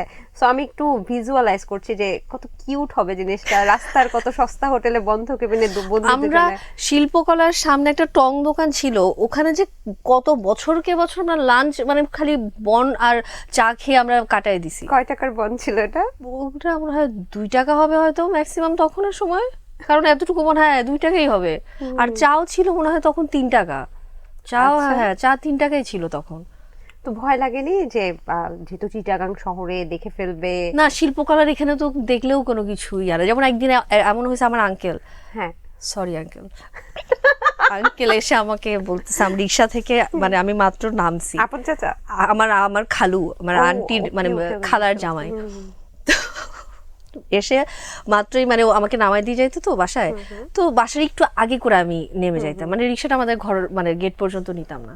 তো ওই দিন কেমনে কেমনে আমার আঙ্কেল হচ্ছে আর একটু সামনে রয়ে গেছে আর কি, এসে আমার আকি ইবাহন ওই দিন প্রথম মানে জানে যে আমার কোনো ছেলের সাথে অ্যাফেয়ার। ওকে। তো তারপরে হচ্ছে যে আমি খুবই ওর নাম রাহাত, আমার বয়ফ্রেন্ড। তারপর চুপ করে চলে গেছি। ওই আঙ্কেল আর আঙ্কেল কি আন্টি কি মনে হয় অনেক কিছু করছে, এরপর অনেক বকাঝকা খাইছি, কি ছেলে নিয়ে এটা, হ্যাঁ ছেলে নিয়ে এদিকে চলে আসে, এলাকার মানুষজন কি বলবে, মেয়ে হয়ে গেছে, সে হয়ে গেছে, দুনিয়ায় মানে মানে মুখ দেখাইতে পারবো না, মানে আমাদের তো আসলে এই জিনিসটা আমাদের মধ্যে থাকে যে খুবই কনজারভেটিভ, কিন্তু আমরা চিটাগাংয়ের মানুষ। হ্যাঁ, যে খুব আমরা চিন্তা করি যে কে কি বললো, কে কি ছোট বয়সে বিয়ে দেওয়ারও একটা ব্যাপার থাকে, ট্র্যাডিশন থাকে ওখানে। তো ওই জায়গা থেকে তখন হচ্ছে যে আস্তে অফ করে দিলাম যে আমার কেউ আর নিয়ে আসে না, মানে আমি তখন চলে আসতাম একা একা। আমি জান থাক, আমাকে আর তোমার দিয়ে যাইতে হবে না, আমি চলে যাই। আবার কই দাঁড়াবে আকি বা হন, আবার বলবে প্রেম মানে না কোনো কিছু। আচ্ছা, সেই সময়টা মজার তো একটা অভিজ্ঞতা শুনলাম, সবচেয়ে মজার কি অভিজ্ঞতা ছিল যে প্রেমের সময়, যেটা এখনো মনে পড়ে, মনে পড়লেই হাসি আসে? ওইটা এখন বলতে পারবো না, ওটা তোমাকে আমি অফ ক্যামেরা বলবো। বেশি উইয়ার্ড? আচ্ছা, অন্য কোনো অভিজ্ঞতা, অন্য বা সুইট কোনো অভিজ্ঞতা? সুইট বলতে আসলে সবকিছুই সুইট আমার কাছে, মানে এক্সট্রা করে কোনো কিছু করতে পারে। একটা সুইট আমি বলতে পারি যে এটা কিনা এখন আমার ঘরের সামনে একটা আমার আয়না আছে, ওই আয়নাটা আমাদের মানে চিটং আমরা যেখানে থাকি পাঁচলাইশ, ওই এরিয়াটাতে বর্ষাকালে পানি উঠে যায় সবসময়, মানে তুমি অল্প বৃষ্টিতে মানে পানি উঠে যাবে এরকম। তো ওই সময় ও আমার বার্থডের ইয়া থাকে, আমি বের হইতে পারতেছি না কারণ অনেকখানি পানি, ধরো হাঁটুর উপরে এতটুকু সমান পানি, ওই পানি ভেঙে ও ওই আয়নাটা আমাকে গিফট করে এবং বাসার এসে আমাদের ছাদের ইয়াতে রেখে চলে যায়। আমি, কারণ ও তো আমাকে ডাকতেও পারবে না, শুধু দারোয়ানকে মনে হয় বলছে যে অন্য কোথাও বাসা ছিল? আমরা তখন 3 তলায় থাকতাম। তাহলে ছাদে কি বেবে উঠছে? ছাদে না, ছাদের যেই দরজাটার ইয়াতে থাকে, ও দারোয়ানকে বলে ও অন্যখানে যাবে বলে ও চলে আসছে আর কি। ও গিয়ে ওখানে রেখে ও আমাকে হচ্ছে মেসেজ দিছে যে তুমি একটু ছাদের যাও। তো আমি তো ভাবছি যে আচ্ছা ঠিক আছে কেন ছাদে ফ্রি যাবো। এসএমএস কেনা যেত তাই না? হ্যাঁ ফ্রি আমাদের ছিল আসলে জয়সিম আর ডিজুস, আচ্ছা, মানে ফ্রি তখন রাতের বেলা ওই যে বান্ডেল অফার। হ্যাঁ হ্যাঁ বান্ডেল অফার না, তুমি প্রথম মিনিট মনে হয় 2 টাকা 30 পয়সা কেটে এরপর 30 মিনিট তুমি ফ্রি কথা বলবা, ওটা ছিল মানে ডিজুসে। আর জয়সিমও তো ডিজুস ছিল রাতের 12টার পর, আর জয়সিম ছিল সারাদিন, তুমি যখন তোমার ওই যে তোমার জোড়া তাকে ফোন করা। তো আমাকে মেসেজ দিল যখন, তখন আমি গিয়ে দেখি যে একটা আয়নার এক কর্নারে ফুল। তো ওইটা নিয়ে আমি বাসায় কি বলবো ঢুকে, যে কে দিয়ে গেল, এই পানির মধ্যে এটা কোত্থেকে আসলো। আমি ওটাকে আবার ওখানে রেখে দিছি, ওইখানে রেখে মানে সাইড করে একটা ইয়াতে রেখে চলে আসছি। পরের 2 দিন পরে ওইটা ওখান থেকে মানে এমন ভাবে আনছি যে আমি একটা আয়না কিনে আনছি আড়ং থেকে, খুব এরকম একটা ইয়া দেখাইছি। পরে হচ্ছে যে আস্তে ধীরে সবাই জানছে। তো ওই এরকম ছোট ছোট বলবো কি অনেক কিছু, হ্যাঁ খুবই, মানে আমার সবকিছু ওকে নিয়ে বলবো যে মানে তুমি স্পেসিফিক করতে পারবা না। আচ্ছা, তারপরে এই যে মজার গল্প বা আনন্দের গল্প তো অনেক আছে, স্মৃতি আছে। তারপর যুদ্ধটা জয় করলেন কিভাবে এই যে আদরের প্রেমিকাকে জয় করে দিল আমাদের রাহাত কবির ভাইয়া? জয় করে নেওয়া আসলে ওই যে বললাম না, ওর সবকিছুর মধ্যে থেকেই। আর আমি মানে ফলেন হয়ে যায় আসলে ওর একটা লিডারশিপ ব্যাপার আছে, যেটা কিনা যখন দেখতাম যে রিহার্সাল করতে যেতাম, মানে আমি অন্য দলে ও অন্য দলে, ইয়া মঞ্চনাটকে, হ্যাঁ হ্যাঁ মানে আমি থিয়েটারে ছিলাম, হ্যাঁ হ্যাঁ আমি অরিন্দমে আর ও হচ্ছে নাট্যধারে। বুঝছি। তো অন্য একটা গ্রুপের সিনিয়র ভাই, মানে ওইটা না একটা আলাদা ফিল কাজ করে তখন, মানে সবকিছু মিলে, হ্যাঁ মানে একটা কেমন জানি ও ওই গ্রুপের বড় ভাই। আর ওরা শিল্পকলায় তখন থেকে মানে সবার এত পছন্দের, এবং যে কোনো কিছুর মধ্যে হ্যাঁ এটা রাহাত করতে পারবে। আচ্ছা আচ্ছা। আর ওই হচ্ছে বললাম না লিডারশিপ যে ব্যাপারটা, ওই জিনিসটা থেকে আমিই ফলেন হয়ে যাই আসলে। আর বাসায় কিভাবে জয় করলেন, ম্যানেজ করলেন কি করে? বাসায় ম্যানেজটা আসলে অনেক পরে ম্যানেজ হয়েছে। মানে প্রথমে কি ধরা টরা খেয়ে আস্তে আস্তে বুঝেছেন, নাকি বাসায় বিয়ে দিয়ে দিচ্ছিল অন্য কারোর সাথে? বিয়ে দিয়ে দিচ্ছিল না ঠিক, মানে বিয়ে ঠিকঠাকের ওরকম দেখছি যখন আমার বড় বোনের বিয়ে হয়ে যায়। এরপরে তো মানে বিভিন্ন জায়গা থেকে আসে, কিন্তু ওরকম সিরিয়াসলি যে প্রস্তাব আসা শুরু হয়ে গেছে এই জন্য ওইটা না। মানে আমাদের মনে হয়েছে যে এখন আসলে আমাদের বিয়ে করে ফেলা উচিত। পালিয়ে গেছিলেন? হ্যাঁ পালাইছেন? হ্যাঁ। বাঘের বাচ্চা, কিভাবে পালাইলেন? ঘর থেকে পালাই গেছি, আম্মুকে বসে রিহার্সালে যাচ্ছি। আচ্ছা, সেদিনের অভিজ্ঞতাটা একটু ছোট করে শুনি। ওইটা হচ্ছে দুপুরবেলা ওর সাথে কথা হচ্ছিল যে আমরা তো মানে বিয়েটা করে ফেলা উচিত এই সে এরকম। তো পরে হচ্ছে যে যখন বের হয়ে যাব, দুপুরবেলা করছি কি অল্প স্বল্প কিছু কাপড়, সব তো আর এভাবে গাট্টি করতে পারবো না। এই প্ল্যানিং কি আপনার মাথায় আসছে ফার্স্ট? দুইজনে মিলে। আচ্ছা। তো ছোট্ট একটা ইয়াতে কাপড় কিছু একটা ব্যাগের মধ্যে নিয়ে ও আসে, আগেই দুপুরবেলা আমি ওকে পাঠাই দিই ওইটা ব্যাগটা। তো সন্ধ্যাবেলা তো আমি রিহার্সালে বের হয়েছি, এই যে বের হয়ে গেছি ফোন টোন বন্ধ করে দিয়ে শেষ। সাহস কিসে পড়েন তখন? না তখন তো বড়ই হয়ে গেছি, আমি গ্রাজুয়েশন করেছেন? হ্যাঁ করে ফেলছি। আচ্ছা আচ্ছা। তারপর বের হয়ে গেলেন, বাসায় চিন্তা করবে না? বাবা মা তো সবাই আছেন এখনো? না আমার আব্বু আম্মু এখন কেউ নেই, দুজনই মারা গেছে। It's okay. তো তখন ছিলেন? হ্যাঁ তখন ছিল। আচ্ছা আচ্ছা। এবং তখন হচ্ছে যে পরে মানে ব্যাপারগুলো নিয়ে বিয়ে যে করে ফেলতেছি জিনিসটা ওইভাবে ইয়া হয় না, কিন্তু যখন শুনছে তখন হচ্ছে যে ওনাদের এটা ছিল যে সবাই তো এটা আসলে ওর, আমি বলবো যে রাহাতের ফ্যামিলি আমার ফ্যামিলি সবারই থাকে যে আমাদের ছেলেকে আমরা একটু এভাবে বিয়ে দিব, একটা স্বপ্ন থাকে, মেয়েকেও বিয়ে দেওয়ার একটা স্বপ্ন থাকে। সেটা আসলে আমরা দুজনেই এখন ফিল করি যে ওটা আমরা নষ্ট করে ফেলছি। আমরা চাইলেই হয়তো আমরা যদি অ্যাপ্রোচ করতাম, আমরা কখনো ফ্যামিলিতে অ্যাপ্রোচই করি না, সাহস করতে পারে। হ্যাঁ যে হবে কি হবে না যদি আমাদেরকে না ইয়া করে, কারণ অনেক ঝামেলাও চলতেছিল। মানে কারণ ওই যে বললাম না ধরাটা খাওয়ার পরে এরপরে যে মানে টোটাল নেগেটিভ হয়ে গেছে বিষয়টাতে, মানে এটা হবেই না এমন ছিল, সেই জন্যই ভয় পেয়েছিলেন। আর আমি জানি যে একটু কনজারভেটিভ তো চিটাগাং এর মানুষ, বাবা মার সাথে একটু দূরত্বটা থাকে মানসিক আন্ডারস্ট্যান্ডিং এর। হ্যাঁ কিন্তু মানসিক আন্ডারস্ট্যান্ডিং আম্মুর সাথে, আমার আব্বুর সাথে আমি বলতে পারি, কিন্তু আম্মুর সাথে আমার কোনো ইয়া ছিল না। তারপরে আম্মুকে যখন জানাই যে ফোন দেন, হ্যাঁ তাও অনেক পরে। কয়দিন পর? 1 বছর পরে। এক বছর আপনি নিখোঁজ? নিখোঁজ না, কথাবার্তা হয় তখন দেখাইছি যে আমি আসলে শিফট করে আসছি, আমার এখন মিডিয়ার কাজে অনেক ব্যস্ততা বেশি, আমি চাইলেও চিটং থেকে ফার্স্টের দিকে তো আমার আসা যাওয়া করে আমি কাজ করতাম ঢাকায়। হ্যাঁ। ও তখন কাজ করছেন অলরেডি। হ্যাঁ, তো আসা যাওয়া করে যখন কাজ করতাম ব্যাপারটা ঘরে দেখানো হলো কি যে আমার আমি না অনেক কথা বলে ফেলতেছি জানো আজকে। কোনো সমস্যা নেই, আমরা এনজয় করতেছি। হ্যাঁ, কিন্তু আমার ফ্যামিলি মানুষজন প্লিজ কিছু বলেন না। আচ্ছা কিছু বলবেন না, আমি বলে দিচ্ছি। ওরা আজকে সব জানতেছে। তো ওইটা মানে বলে আসি যে আমাকে কাজের জন্য শিফট করে যাইতে হবে, তো আমি চলে আসি এদিকে। চলে আসার পরে হচ্ছে যে তারও 1 বছর পরে মনে হয় যে আমাদের এখন জানানো উচিত, বলে দেওয়াটা উচিত, মানে বেশি দেরি হয়ে তারপর তো যাচ্ছে। ফ্যামিলি তো তখন ঝামেলা করছিল যখন আপনি চলে আসেন। হ্যাঁ, ঝামেলা করছে, মানে ঝামেলা করছে বলতে রাহাতকেও হচ্ছে যে ইয়া করে, এর মধ্যে আমাকে আমি বলতে আমাদের না অনেক বড় ডিটেল কাহিনী, কারণ যেমন আমি পালানোর আগে আমাকে 6 মাস ঘরে বন্দিও রাখে, টোটালি বন্দি, কোনো ফোন টোন কোনো কিচ্ছু নেই, আমার রাহাতের সাথে 6 মাস যোগাযোগ নাই, রাহাত জানেও না আমি কই, আমাকে আমার ফুফুর বাড়ি নিয়ে বন্দি করে রেখে দিছে, আমাদের এখানেও নাই আমি। এবং পরে হচ্ছে ওখান থেকেও আমি পালায় আমাদের বাসায় চলে আসি আমার কাজিনকে দিয়ে। আচ্ছা, সিনেমার কাহিনী অনেক, এই জন্যই বললাম যে তোমাকে যদি এখন বলতে যাই আমাদের এত এন্টায়ার লাইফের গল্প অনেক শো শেষ। তারপর শেষে কি হলো, মেনে নিল কিভাবে বা জানাইলেন কিভাবে 1 বছর পর? 1 বছর পরে যখন মানে বললাম আর কি যে আমি বিয়ে করে ফেলছি, তখন হচ্ছে যে চুপ করে থাকি কতক্ষণ, তো কি করব জিজ্ঞেস করে এখন কি হবে। তো আমি পরে বলছি যে তোমরা যদি চাও এখন আত্মীয় স্বজনরা মিলে যদি পারিবারিকভাবে কোনো কিছু করতে চাও তাহলে করো ওইটা। তো পরে হচ্ছে যে আবার তখন তো আবার রাহাতেরও ফ্যামিলির একটা ইয়া ছিল, তো এর মধ্যে হচ্ছে যে রাহাতের দিদা মানে দাদি মারা যায়, তখন আমি প্রথম ওদের বাসায় যাই। আচ্ছা, ওর দাদি মারা যাওয়ার পরে তো ওইখান থেকেই আস্তে আস্তে সবকিছু নর্মাল হয়ে যায়, ঘরের মধ্যেও সবকিছু ঠিকঠাক হইতে থাকে, এরপরে 2 ফ্যামিলিও ঠিক হয়ে যায়। বাহ কি সুন্দর একটা জার্নির মধ্যে দিয়ে গেলাম। খুব কিউট ছিল। আমার মনে হয় আপনার এই স্টোরি দিয়ে একটা সিনেমা বানানো একদম খুবই ইজি, কিন্তু ভাইয়াকে বলে আসলে তাহলে এই ভ্যালেন্টাইনই মনে করে ফেলা যেত না। করেছেন নাকি? না না, তুমি বলাতে এখন মনে আসলো। কিন্তু খুবই সুন্দর কাহিনী। যাই হোক, খুব ছোট্ট বাচ্চাকালের প্রেম থেকে কিভাবে 7 বছর ধরে রাখলেন, এই প্রেমের টিপসটা আমরা একদম সর্বশেষে নিব, যে কিভাবে ধরে রাখা যায় প্রেম।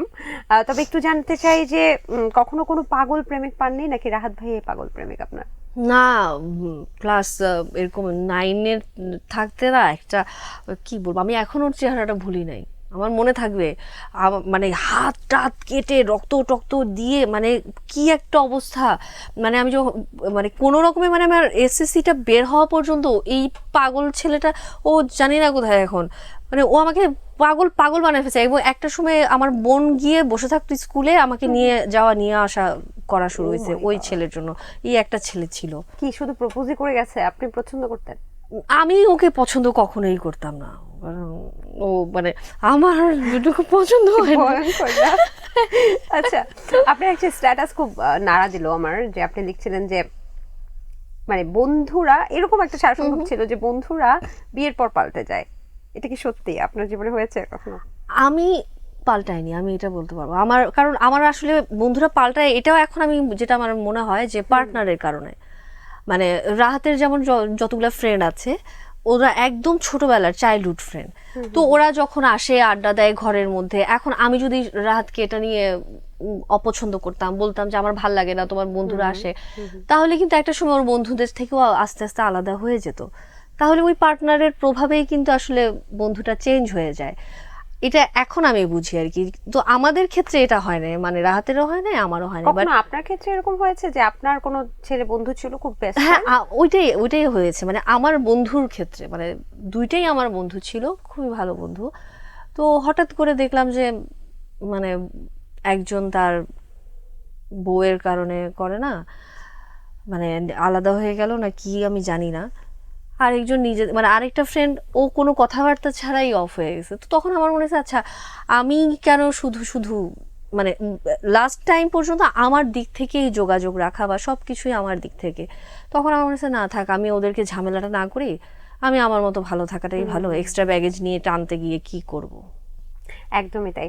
পিরিতি কাডলের আধা মানে একদম তো জমিয়ে দিয়েছেন। এই প্রথম মনে হয় আমরা আখি আপুকে এইভাবে দেখতে পেলাম, মানে এত বোল্ড দৃশ্যে। সো এই কনসেপ্টটা তো ভাইয়ারই, তাই নাকি? হ্যাঁ হ্যাঁ, ওরই কাজ ছিল। ওকে, এটা দিয়ে কি কামব্যাক নাকি এর আগে তো আরেকটা না, কাজ করবেন? এটার আগেই কাজ করে, মানে ওটা একটা ফিকশন ছিল এর আগে। এর আচ্ছা, আগে আরো হ্যাঁ 2টা মনে হয় কাজের পরে, এটা থার্ড হবে হয়তো। আপনার কণ্ঠে কি প্রীতি কাঠলের একটা 2 লাইন শুনতে পারি? এটা তো অনেক টাফ গানটা। ফিরি থার্ড হলের আটা জানে ব্যাগ করে, সিটাঙ্গা মাইয়া না? ফিরি হাডলের আটা জানে ব্যাগ গুনে, ইয়ারা লাগিলে নসুরের জীবনে। এইটুকুই পারবো। ওকে, এটা মানে কি? মানে পিরিত কাঁঠালের আঠা জানে সবাই, আর এই কাঁঠা যদি লাগে ছুটে না জীবনে। ওরে বাবা, যেটা বাস্তব অভিজ্ঞতা আপনার। তো সেক্ষেত্রে প্রশ্ন চলেই আসে অনেকের যে হয় কি যে আপনার হাজবেন্ড মানে আমাদের রাহাত কবির ভাইয়া, তিনি তো এই সিরিয়াল তো না, কোনটা? এটা এটা কি বলবো, নাটক না এটা আসলে ওয়েব ফিল্ম, ওয়েব ফিল্মের মতো, তো উনি তো এটা ডিরেকশনে ছিলেন। সো ভাইয়ার সামনে এইরকম বোল্ড দৃশ্যে এইভাবে নাচ করা আইটেম গানে কিভাবে সম্ভব? জেলাস ফিল করেনি? কিসের জেলাস? ওখানের মধ্যে তো আমাকে শেষই করে দিছে। কোথায় ও যদি একটু এমন হতো যে না তোমার অনেক কষ্ট হচ্ছে, তুমি একটু ইয়া নাও না, ডিরেকশনের জায়গায় ওখানে যখন গিয়ে দাঁড়াই, কে ওর বউ? তখন আরো বউ চিনে না, তখন ওর আর্টিস্ট, ওর যা যা লাগবে ও চিপে সব দিয়ে দিবে।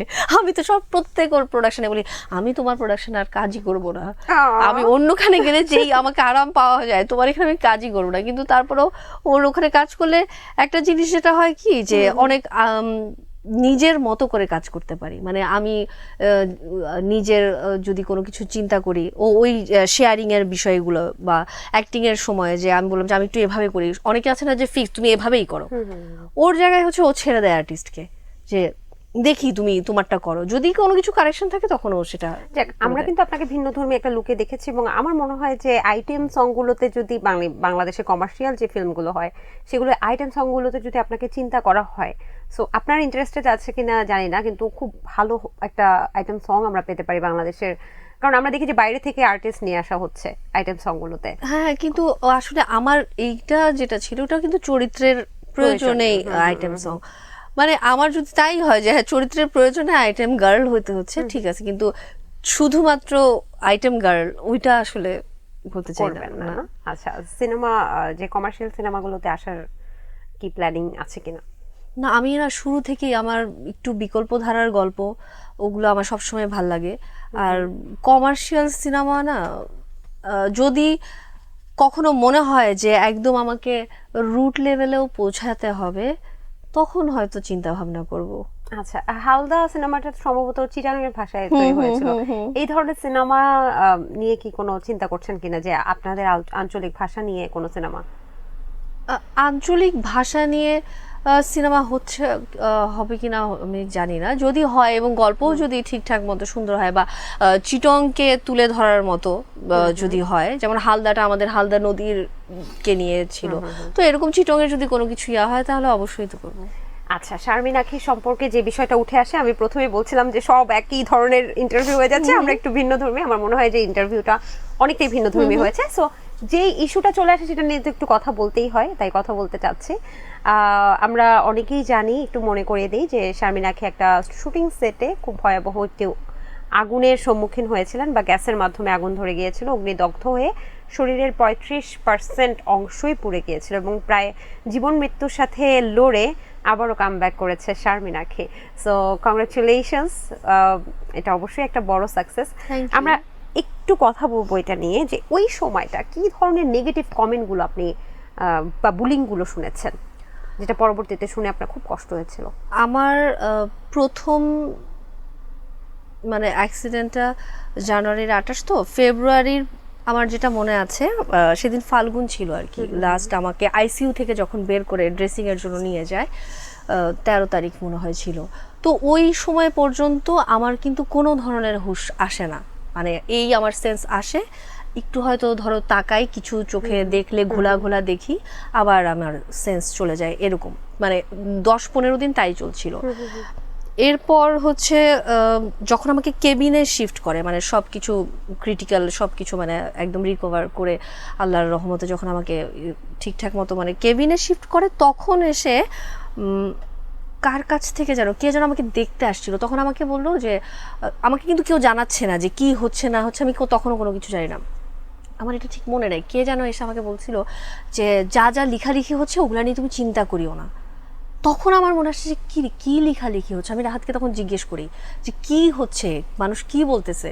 তো রাহাত তখন আমাকে বলছে তুমি এটা নিয়ে এখন ভাবিও না, কোনো কিছু ইয়া নেই। কিন্তু তখন আমার মাথা খারাপ হয়ে যায় যে না নিশ্চয়ই কিছু না কিছু তো হচ্ছে, নাহলে কেন আমাকে এটা বলে কেন যে কোনো কিছু চিন্তা করিও না, মানুষ এগুলো বলছে। তো তখন হচ্ছে যে আরও 3-4 দিন পরে আমার বোন আসে, আমি ওকে বলি, ও আমাকে কিছু এই যে নিউজ এগুলো দেখায় আর এটা যখন বলে তখন গিয়ে আসলে আমার ফাইটটা শুরু হয় মূলত নিজের সাথে, যে না আমাকে এখন বের হইতেই হবে এখান থেকে। আমি তো একটা এরকম নেগেটিভ ট্যাগ নিয়ে মরতে পারি না। কি লেখা ছিল, কি লেখা? মানে যেটা হচ্ছে যে ওই আমি স্মোক মানে ধূমপান করতে গিয়ে ওখানে আমি ফুটে মরে গেছি, মানে কি বলবো, ওখানে ফুটে সবই ফুটে গেল। মানে ওখানে তো মানে গ্যাসের যে বিষয়টা, আচ্ছা আমি এটাও বলি সবসময় যে আমি খুবই স্ট্রেট কাট, মানে আমি সত্য বলতে খুবই পছন্দ করি।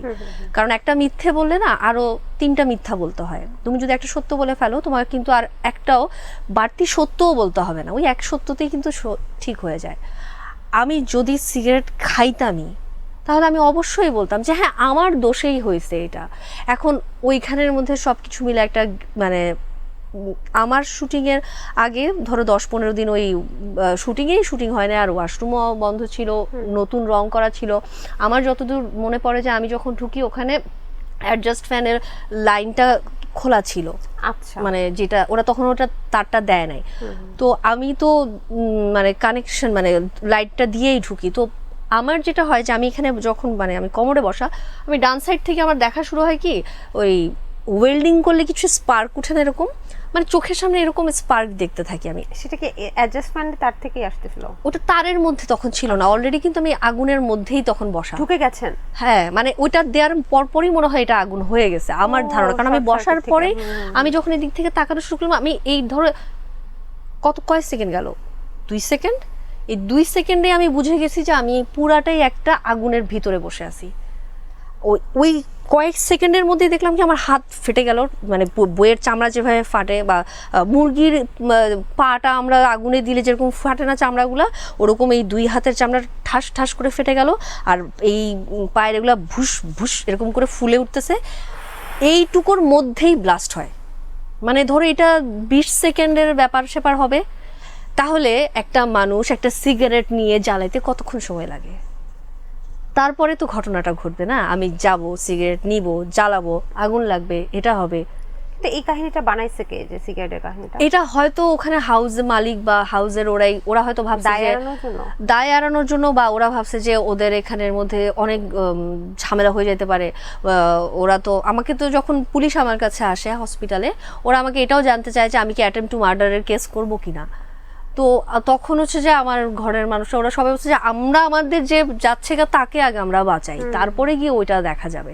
তো সেটাও হয়তো সে ভয় পাইছে যে এগুলার যদি ইয়া হয়ে যায়। ডেফিনেটলি শুটিং সেটে আপনার নিরাপত্তা দেয়া তো অবশ্যই যে শুটিং সেটের কর্তৃপক্ষ আছে বা যারা আপনাকে নিয়ে গেছে তাদের দায়িত্ব, তাই না? তো সেক্ষেত্রে অবশ্যই আপনার কিছু হলে তো তাদের বিরুদ্ধে আপনি মামলা করতেই পারতেন, খুবই স্বাভাবিক। তারপর শেষ পর্যন্ত কি মামলাটা করা হয়নি আর? না, তারপরে আসলে প্রায় তো 2 মাস আমি হসপিটালে থাকি, হসপিটাল থেকে আসার পরে হচ্ছে যে এর মধ্যে আমাদের একটা সিকিউরিটি ওই লোকটার সাথে বসে কথাবার্তা কি যেন বলে, যে সে হচ্ছে যে সে মনে হয় সরি ফিল করে বা কোনো কিছু, ওইটা পুরোটাই ওই একটা সিকিউরিটির সাথে ওর সাথে আসলে কথাবার্তাগুলো হয়। আর এরপরের আমি আর কোনো কিছু জানি না। আচ্ছা, সেখানে কি রঙের গন্ধ ছিল? হ্যাঁ হ্যাঁ হ্যাঁ, রং ফেলানো ছিল, নতুন রং করা ছিল। রং ফেলানো ছিল না আমাকে, মানে পরে আমি যেটা বলছি যে অনেক সময় নাকি রং মিস্ত্রিরা করে কি ধরো বাড়তি কোনো কিছু থাকলে ওই কি বলে রঙেরও সলিউশন থাকে কিছু, হ্যাঁ মানে ওই ধরনের যে আমার ওখানে কি বলে রঙের মধ্যে একটা জিনিস মিক্স করে না রংকে পাতলা করার জন্য বা কোনো কিছু, ওই স্মেলটা আমি একদম খুবই ওখানে পাই। এবং ওইটা এখনো আমার যে আমি মানে ট্রমাটাইজ যে আমি যদি বলি একটা স্পার্ক, আমি এখনো মাঝে মধ্যে এরকম বসে আছি না, আমি দেখি যে ওই স্পার্কটা আমার আশপাশে হচ্ছে, এটা আমার এখনো হয়। আমি চোখের সামনে আমি ওই স্পার্ক দেখি আর ওই স্মেলটা আমি পাই। এই ট্রমাটা এখনো আমি কাটাই উঠতে পারি নাই। আচ্ছা, এখন একটু জানতে চাই এই মুহূর্তে কি অবস্থা, মানে আমি জানি যে আপনার চোখেরও কিছুক্ষণ আগে কথা হচ্ছিল, চোখেরও একটা ক্ষতি হয়েছে, বা আর কোনো জায়গায় এখনো রিকভার হয়নি এমন কিছু আছে? হ্যাঁ, রিকভার যেমন আমার বাম হাতটার এইখানে তো আমার গ্রাফটিং মানে স্কিন গ্রাফটিং হয়। এটা কিভাবে করে? এটা আমার এখান থেকে স্কিন নিছে, থাই থেকে। আচ্ছা। থাইও তো আমার বার্ন, মানে এই ধরো এখানে এতটুকু বার্ন ছাড়া, সেই বার্ন ছাড়া জায়গাটুকু থেকেই স্কিনটা নিয়ে এখানে দেয়। তো আমার এখানের যেটা হয় যে আমাদের এই যে হাতের যে ফ্লেক্সিবিলিটিটা না, এটা অতটা এখন নাই। চাইলেও আমি অনেক ভারী কিছু বাম হাতে আলগাতে পারি না, ধরতে পারি, মানে এক মগ পানি আমার বাম হাতে আমি আলগায় এখনো খেতে পারি না। তো এখানে আরেকটা সার্জারি আমার দরকার, কিন্তু সেটা এখন করতে পারবো না, আরো বছর খানেক পরে আমি এটা করতে পারবো। রিপেয়ার হয়ে গেছে এখন? না, এখনো অনেক বাকি। কিছু না মনে করলে আমরা কি দেখতে পারি? হ্যাঁ, অবশ্যই দেখতে পারো। কেন মানে হাতের ক্ষতিটাই কি আপনি হাত দিয়ে কি মুখটাকে ঢেকে ফেলছিলেন? হ্যাঁ, মানে তখন তো আসলে এইটুকু আমার মনে হয়, যখন আমি এই হাতটা ইমার্জেন্সি রেসপন্স করছি মানে ফাটতে দেখি না, তখন হচ্ছে যে এরকম করে হাতটা ঢাকি। তো চেহারা কিন্তু তখন মেকআপের কারণে আসলে আমি মনে করছিলাম যে চেহারা ঠিকঠাক হয়ে গেছে, মানে চেহারায় কিছু হয় নাই। কিন্তু আমি মনে হয় কতদিন পরে 2 মাস 15 দিন পরে আয়না দেখি, তখন দেখি যে আমার পুরো মুখ সাদা। মানে এরকমই সাদা, মানে কোনো স্কিনই ছিল না, মানে ওরা যখন তুলছে। আর আল্লাহরই হয়তো রহমত যে আমার প্রথমে আমার চেহারাটাই ঠিক হয়ে গেছে। মানে সবার প্রথমে আমার চেহারার মানে এক ফোঁটা এখন দাগও নাই, কিচ্ছু নাই, মাশাআল্লাহ। মানে এবং স্কিনের কালারটাও যেমন, এটার যেমন কালারটা এখনো ঠিক হয় না, তাও এটা তো কালার হয়ে গেছে, এখনো কালার কালো হয়ে না। আছে। এতটুকুটা কেন ছিল জানো? আমার যে আমি সোয়েটারটা পরা ছিলাম তখন তো একটু শীতকাল, আমি আরো কত বড় বাচ্চা পাচ্ছি, সোয়েটারটাও কিন্তু পুরো আমার গায়ে লেগে যাইতে পারতো। মানে এখানে একটুখানি, এই যে এখানে একটু সোয়েটারের যেটা ডিজাইন বসে গেছে, তো ওইটা এতটুকু ছিল, এতটুকু বাইরে ছিল। যতটুকু হাতা আটকানো ততটুকু বার্নটা হইতে পারে নাই, আর এগুলো বাইরে ছিল বলে এগুলা হয়েছে। আপনার সামনে কি আপনার চামড়াগুলো খুলে যাচ্ছিল?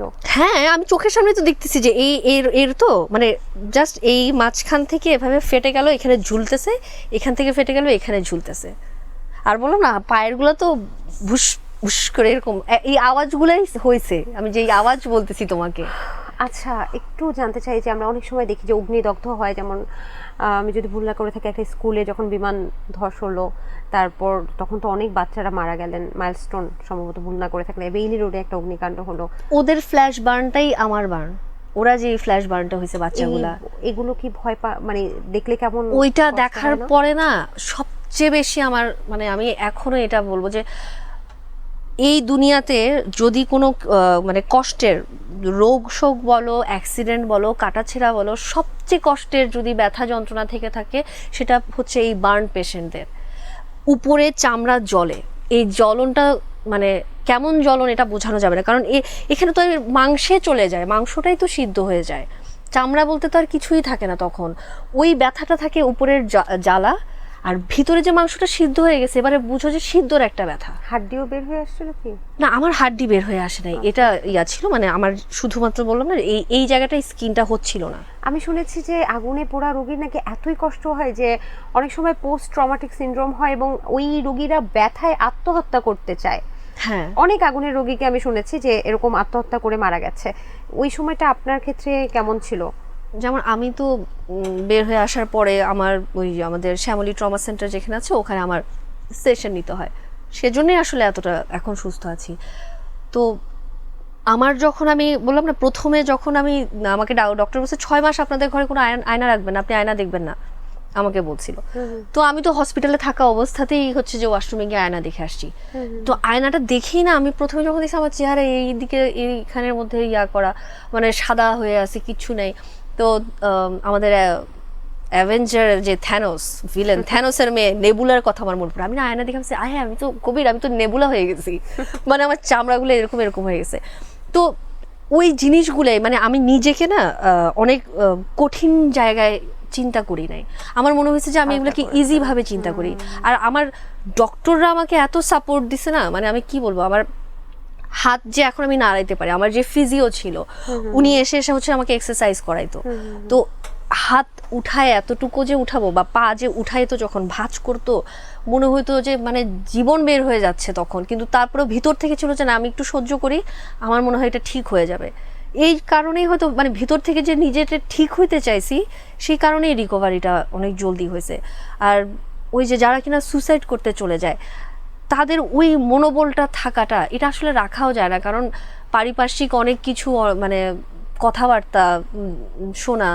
যেমন আমি যখন প্রথম বের হয়ে আসি, আমি বলবো আমাদের মিডিয়াতেই আমারই খুবই কাছের একজন প্রথমেই আমাকে দেখে বলে, কি ব্যাপার তোমার চেহারা এত জলদি ঠিক হয়ে গেছে? প্রথম প্রশ্ন আমাকে, তারও কি আমার অ্যাক্সিডেন্টের পরে তার সাথে আমার প্রথম দেখা, তুমি আমাকে প্রথম দেখে কি জিজ্ঞেস করছো, আমি কি খবর, আমি কেমন আছি, বা আমার তোমার সাথে আমার যে দেখাটা, প্রথম প্রশ্ন ছিল যে তোমার চেহারা এত জলদি ঠিক হয়ে গেছে। তখন আমার না নর্মাল মুখ দিয়ে চলে আসে, কেন তুমি কি চাও নাই আমার চেহারা ঠিক হয়ে যাক? তো এই যে ফেস করাটা, ধরো অন্যান্যরা কিন্তু এই ফেস করাটা করতে পারে না, তখন হয়তো ওরা চায় যে আমি হয়ে যায়। যেমন আমি এখন বলতে গেলে এই হাতটা আমার অকেজো, কিন্তু আমি এটাকে অকেজো চিন্তা করি না। আমি এটা দিয়ে যদি একটা তারও ধরতে পারি, একটা হালকা কিছুও তুলতে পারি, আমি ভাবি যে হ্যাঁ আমি তো কিছু একটা করতে পারতেছি। আমি যে কোনটা করতে পারছি না আমি সেটাকে ভাবি না। আচ্ছা আখি আপু, আপনাকে কাউকে সন্দেহ হয় কেউ ইচ্ছে করে? না, ওইটা আসলে এটা শর্ট সার্কিট, এটা কখনোই মানে কেউ, কারণ আমি ওখানে যদি এটা কেউ ইচ্ছে করে করতো তাহলে ওই যে গ্যাসের মতো যে আগুনটা ওইটা হইতো না, এবং ওইটা বললাম না খুবই পাতলা আগুন ছিল। এটা যদি ওই দাও দাও কেউ লাগায় দেওয়ার মতো করে আগুন হইতো তাহলে কিন্তু ওখান থেকে আমার বেঁচে ফেরা সম্ভব না। এই মুহূর্তে আরো কিছু এখন বলা যায় যে একটু আধ্যাত্মিক কথা বলবো। আমি শুনেছি যেহেতু আপনি একদম মৃত্যুর কাছাকাছি থেকে ফিরে এসেছেন এবং ডাক্তার মনে হয় প্রথম থেকে বলেছিল যে বেঁচে ফেরা সম্ভব না। যেমন লাস্ট ডেই ডক্টর আমাকে দেখা করার জন্য সবাইকে বলে দেয় যে আজকে আপনারা একটু দেখা করে আসেন। আমার হার্ট রেট থেকে শুরু করে আমার অক্সিজেন লেভেল সব, আমার তো শ্বাসনালীও বাড়ানো, মানে এখনো যে আমি কথা বলি না, তুমি খেয়াল করো কিনা, আমার একটু টানি যে একটা বাঁশির মতো একটা আওয়াজ বের হয়, তাই না? হ্যাঁ, একটা শি শি করে একটা আওয়াজ হয়। মানে আর চোখে কি ক্ষতি হয়েছে? চোখেরটা তো মানে তোমার আই ভিশনটা একটু ডিসব্যালেন্স হয়ে গেছে। মানে চশমা খুললে আপনি চোখ দেখতে পারেন না? না, দেখতে একদম পারি না তা না, মানে ওই ধরো লেখাগুলা যেগুলো একদম সোজা সেটা একটু বাঁকা হেলে থাকে, একটু ঘোলা দেখি, ওরকম আর কি। আচ্ছা, একটু জানতে চাচ্ছি যে বললাম না যে কিছু একটু স্পিরিচুয়াল কথাবার্তা বলবো, যে একদম মৃত্যুর কাছে থেকে ফিরে আসা বা ওই সময়টা যখন আপনি কিছুক্ষণ হয়তো বা ওই আগুনে পুড়তে দেখে নিজেকে দেখে তারপর সেন্সলেস হয়ে যান, ওই সময়টা আশেপাশের মানুষ যখন কথা বলে, আমি শুনেছি মৃত্যুর সময় একদম মৃত্যুর কাছাকাছি যখন চলে যায় তখন নাকি অনেক কিছু টের পাওয়া যায়, যে সব কিছু টের পাওয়া যায় এবং অনেক কিছু ভিশন দেখতে থাকে। এরকম কোনো স্পিরিচুয়াল ফিলিংস হয়েছিল সে সময়, বা সেন্সলেস হওয়ার পরে কি এই ব্যথাগুলো ছিল? হ্যাঁ, ব্যথাগুলো ছিল। আমি যেটা বলি এখন, এটা আমার মনে হয় যে মানুষ মারা যাওয়ার আগে তার ফ্ল্যাশব্যাকে শুধু তার ভালো স্মৃতিগুলাই আসে। আমার শুধুমাত্র ভালো স্মৃতিগুলো আসতেছিল চোখের সামনে। যে আমি একটু অ্যাড করি, আমি এটা শুনেছিলাম, এই জন্য আমার মনে হয়েছিল যে আমি আখি আপুর সাথে এই কথাটা বলবো, যে মানুষ একদম মৃত্যুর আগে ফ্ল্যাশব্যাক দেখতে থাকে এবং কয়েক সেকেন্ডের মধ্যে পুরো ফ্ল্যাশব্যাকটা দেখতে। হ্যাঁ, মানে তোমার কি আপনার সাথে হয়েছিল? হ্যাঁ, আমি এই জন্যই বললাম যে আমি সব আমার ভালো ভালো যা যা ছিল, মানে আমার ছোটবেলার কিছু, মানে যেগুলো কিনা আমার মনেও তখন নাই। কোন সময়টা দেখতেছিলেন? এটা যখন আমি আইসিইউতে, যেদিন, হ্যাঁ আইসিইউতে 14 দিন আমি থাকি, লাস্ট ডে যেদিন কিনা বলে যে আপনারা আজকে প্রথম বলে যে আল্লাহ আল্লাহ করেন ডক্টর, তারপরে বলে যে আপনারা যে চাইলে দেখা করে আসতে পারেন। তো তখন সবাই দেখা করতেও আসে। ওই দিন রাতটায় আমার মনে আছে যে আবার আমার পাশেও হচ্ছে যে একজন, উনি মনে হয় সৌদি থেকে অ্যাক্সিডেন্ট হয়ে আসে, ওনাকে লাইফ সাপোর্ট দেয়া, উনিও বার্নের ছিল। আচ্ছা, তো ওনারটাও আমি শুনছি যে আজকে উনি মারা যাবে। আর আইসিইউতে জাস্ট 15 মিনিট পর পর চিৎকারের আওয়াজ, মানে কেউ না কেউ, বার্নের হসপিটাল মানে তুমি ওখানে খালি মারা যাওয়ার মানুষই দেখবা, বেঁচে ফেরা খুবই কম। আচ্ছা, মানে 25 এর উপরে গেলে। সেন্সলেস ছিলেন না?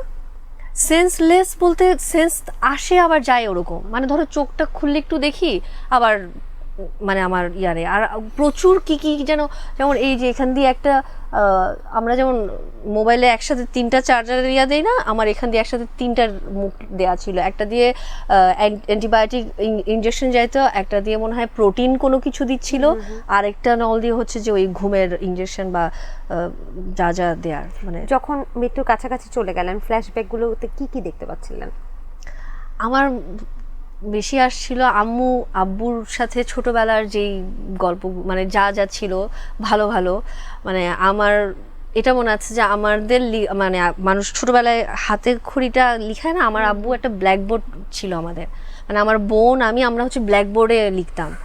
তো ওই জিনিসগুলা আমি কিন্তু এগুলো টোটালি ভুলে গেছিলাম, যে আমার একদম মনে ছিল না যে এভাবেও ইয়া ছিল। কিন্তু ওই সময়টা আমার মনে পড়ছে যে আমার চোখে ভাসছে, এই যে এখন বলতেছি না, এটা এখন আমার চোখের মধ্যে আয়নার মতো এখন পরিষ্কার, যে আমরা এক পাশে দাঁড়ানো লিখে দিয়ে দিত, এরপরে ওইটার উপরে আবার চক দিয়ে আমরা মানে আমি হাত ঘোরাতাম, আমার বোন এসে আবার আমাকে দেখাই দিয়ে যাইতো। তো এরকম হচ্ছে যে আম্মু আম্মু করতো কি, রান্না করতে করতে আমাকে ছোট্ট একটা ইয়াতে পড়তে বসাইতো। যখন স্কুলে যাই ক্লাস 5 পর্যন্ত আমার আম্মুই আমাকে পড়ায়, কোনো টিচারের কাছে পড়ি না। তো এই জিনিসগুলো আমার মনে পড়ে, এবং তখন হচ্ছে যে আমি বুঝি না ফ্যামিলি অন্য জিনিস, এগুলো আমি টোটালি আমার ভিতর থেকে ইরেজই হয়ে গেছিল। আপনাকে একটা তথ্য দিয়ে রাখি, কোন একটা কান্ট্রিতে, আমার এখন মনে নেই জার্নালটার কথা, একটা গবেষণা হয়েছিল যে মৃত্যুর কাছাকাছি যে রোগীরা গিয়েছে অর্থাৎ সেন্সলেস ছিল তাদের আসলে কি হয়। তো সেই রোগীদের যে ভাষ্য তার সাথে অনেকটাই আপনার কথা মিলে যাচ্ছে, এবং সবাই সেটা বলেছিল যে কয়েক সেকেন্ডের মধ্যে আমি আমার পুরো জীবনটা দেখে ফেলেছি, এবং প্রত্যেকটা জিনিস যেগুলো আমি কখনোই মনে রাখিনি, যেগুলো আমার মনে রাখার কথাও ছিল না, সেগুলো আমরা দেখেছি আবার নতুন করে। আরেকটা বিষয়, যখন সেন্সলেস থাকে তখন নাকি মানুষ বাইরে, দরজার বাইরেও কি হচ্ছে, ডক্টর কি বলছে, কি ডিসিশন দিচ্ছে, আশেপাশে রোগীকে কি ডিসিশন দিচ্ছে, ডক্টর আপনার আত্মীয় স্বজনের সাথে কি কথা বলছে, সেগুলোও নাকি শোনা যায়। মানে এটা অনেকটা স্পিরিচুয়াল। তখনই বলছিলাম যে আত্মা নাকি ঘুরে গিয়ে সবকিছু সেটা এটা কি আপনার সাথে হয়েছিল কিনা? সেটা হয়তো কোমা পেশেন্টদের ক্ষেত্রে হয়। আচ্ছা, মানে আমি তো কোমাতে জানি, ওটা হয়তো কোমা পেশেন্টদের ক্ষেত্রে হয়, যে ওরা একটু বাহিরে গিয়েও জিনিসটা ইয়া করতে পারে। কিন্তু আমার যেটা মনে আছে যে আমি যতবারই আমার মানে চোখ বন্ধ করে আমার জ্ঞান থাকতো না, আমার এইটা মনে আছে যে আমি মনে হয় জ্ঞান ছাড়াও সারাক্ষণ বলতাম যে আল্লাহ আমাকে সাহায্য করো, আমাকে এখান থেকে বের হইতে হবে। আমার এইটুকু মনে আছে যে আমার সেন্স ছাড়াও মনে হয় আমি এই জিনিসটাই জপতাম। মানে যখনই আমি মানে আমি বললাম না, 5 মিনিটের জন্য হয়তো আমার একটু চোখ খুলতাম, দেখতাম কেউ আসছে, কে কে গেছে না গেছে তাও মনে নাই এখন। মানে আমার ওই হসপিটালে গিয়ে আমার ব্যাক মেমোরি যেটা শার্প হয়ে গেছে না আয়নার মতো, তাহলে হসপিটালে কি হয়েছে আমার কিচ্ছু মনে নাই। আচ্ছা। মানে হসপিটালের মধ্যে এই 14 দিনের মধ্যে আইসিইউর ভিতরে কি হচ্ছে, কে আসতেছে, কে যাচ্ছে, ওগুলো আমার কিচ্ছু মনে নাই। কিন্তু ওই সময়টায় আমার অন্য যেই জার্নিটা হয়ে গেছে সেটা আমার এখন টোটাল মনে আছে। আরেকটা জিনিস আমি অ্যাড করি, আমি রিসার্চ থেকেই সবকিছু বলছি, আমি জানি না আপনার সাথে মিলবে কিনা। সেটা হচ্ছে যেই সময়টা আসলে এরকম ধরেন জীবন মৃত্যুর সাথে একজন রোগী পাল্লা নিচ্ছে, সেই সময়টা আমরা দেখি না সিনেমাতে অনেক সময় বলে যে তুমি আমাকে, নায়ক বলছে যে তুমি ছেড়ে যেও না, বা তোমাকে কাম ব্যাক করতে হবে, এই কথাগুলো যে বলে, এগুলো আমাদের কাছে মনে হয় না যে দূর এগুলা মরে যাচ্ছে, এটা আবার এগুলো বলে, এগুলো শুনতেছে নাকি, সে তো সেন্সলেস। কিন্তু এমন নাকি শোনা গেছে যে যারা মৃত্যুর কাছাকাছি থেকে ফিরে এসেছে, যে ওই কথাগুলো নাকি তারা শুনতে পারে, এবং সেই মানসিক শক্তিটাই নাকি ফিরে আসার জন্য সবচেয়ে বেশি হেল্প করে। এটা কি আপনার ক্ষেত্রে হয়েছে কিনা? হ্যাঁ, আমাকে মৌসুমী যখন যায়, মৌসুমী এই লাস্ট ডে সবাই তো দেখা করতে যাচ্ছে, যে মৌসুমী হামিদ, হ্যাঁ, কারণ ওখানে হচ্ছে যে সবাই যাচ্ছিল কেন, ডক্টর তো বলেই দিছে যে আজকে রাতে আমরা বলতে পারতেছি না, কারণ আমার হার্ট রেট, অক্সিজেন লেভেল সবকিছু মিলায় যেই ডাউনে, মানে বলার ইয়া নেই। তো মৌসুমী যখন যায়, মৌসুমী গিয়ে ও ইন্ডিয়াতে শুট করতে গিয়ে ও অ্যাক্সিডেন্ট করে। ওর হচ্ছে যে অ্যাক্সিডেন্ট করে ট্রাকের মধ্যে ওর গাড়িটাই ঢুকে ওর গালটা এখানে কেটে যায়।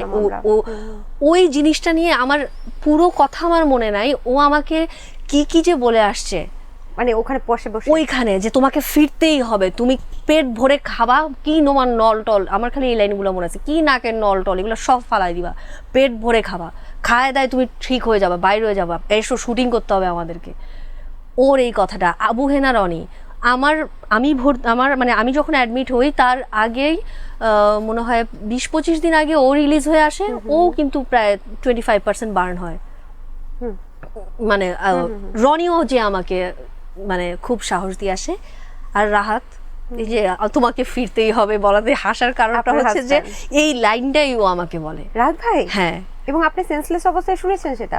আমি একবার চোখ খুলি, ওখানে আমারকে একদম সার্বক্ষণিক যে নার্স দেখছিল, তাপসী ছিল ওর নাম, ও হচ্ছে যে পরে আমাকে হচ্ছে যে যখন আবার একটু জ্ঞান ফিরে, তখন হচ্ছে যে আমাকে মানে বলে যে ভাইয়া কিন্তু আপনাকে এইগুলোও বলে গেছে। আমি শুধু এইটুকু শুনছি তোমাকে ফিরতে হবে। ও মাই গড, আমার শরীরে কাটা দিয়ে চোখে পানি চলে আসছে। আমি ওই তাপসীকে এটা বলে, আমি শুধু এইটুকু বলি, ভাই আপনাকে আরো অনেকগুলো কথা বলছে, আমি শুধু এইটুকু শুনছি যে তোমাকে ফিরতেই হবে। আমি এখনো ওইটুকুই আমার কানের মধ্যে আছে যে তোমাকেই ফিরতে হবে। তো ব্যাপারগুলো আসলে আমাকে অনেক সাহস দেয়, এবং এই সময়টা আসলেই মানে ওই সিনেমায় যেগুলো দেখায় বাস্তব জীবন থেকেই আসলে দেখায়। এই জন্যই বলে যে আইসিইউ থেকে কান্নাকাটি না করে যদি রোগীর সাথে যিনি একদম শেষ মুহূর্তে আছেন তার সাথে যদি সাহস দেওয়া যায়, তাহলে নাকি রোগী খুব তাড়াতাড়ি কামব্যাক করতে পারে। আরেকটা স্পিরিচুয়াল কথা, একদম শেষ কথা, যেটা আমি জানি না আপনার সাথে মিলবে কিনা, আমি এইসব নিয়ে আসলে মৃত্যুর আগের যে ফিলিংসগুলো এগুলো নিয়ে আমি অনেক রিসার্চ করি যে আসলে কি হয়।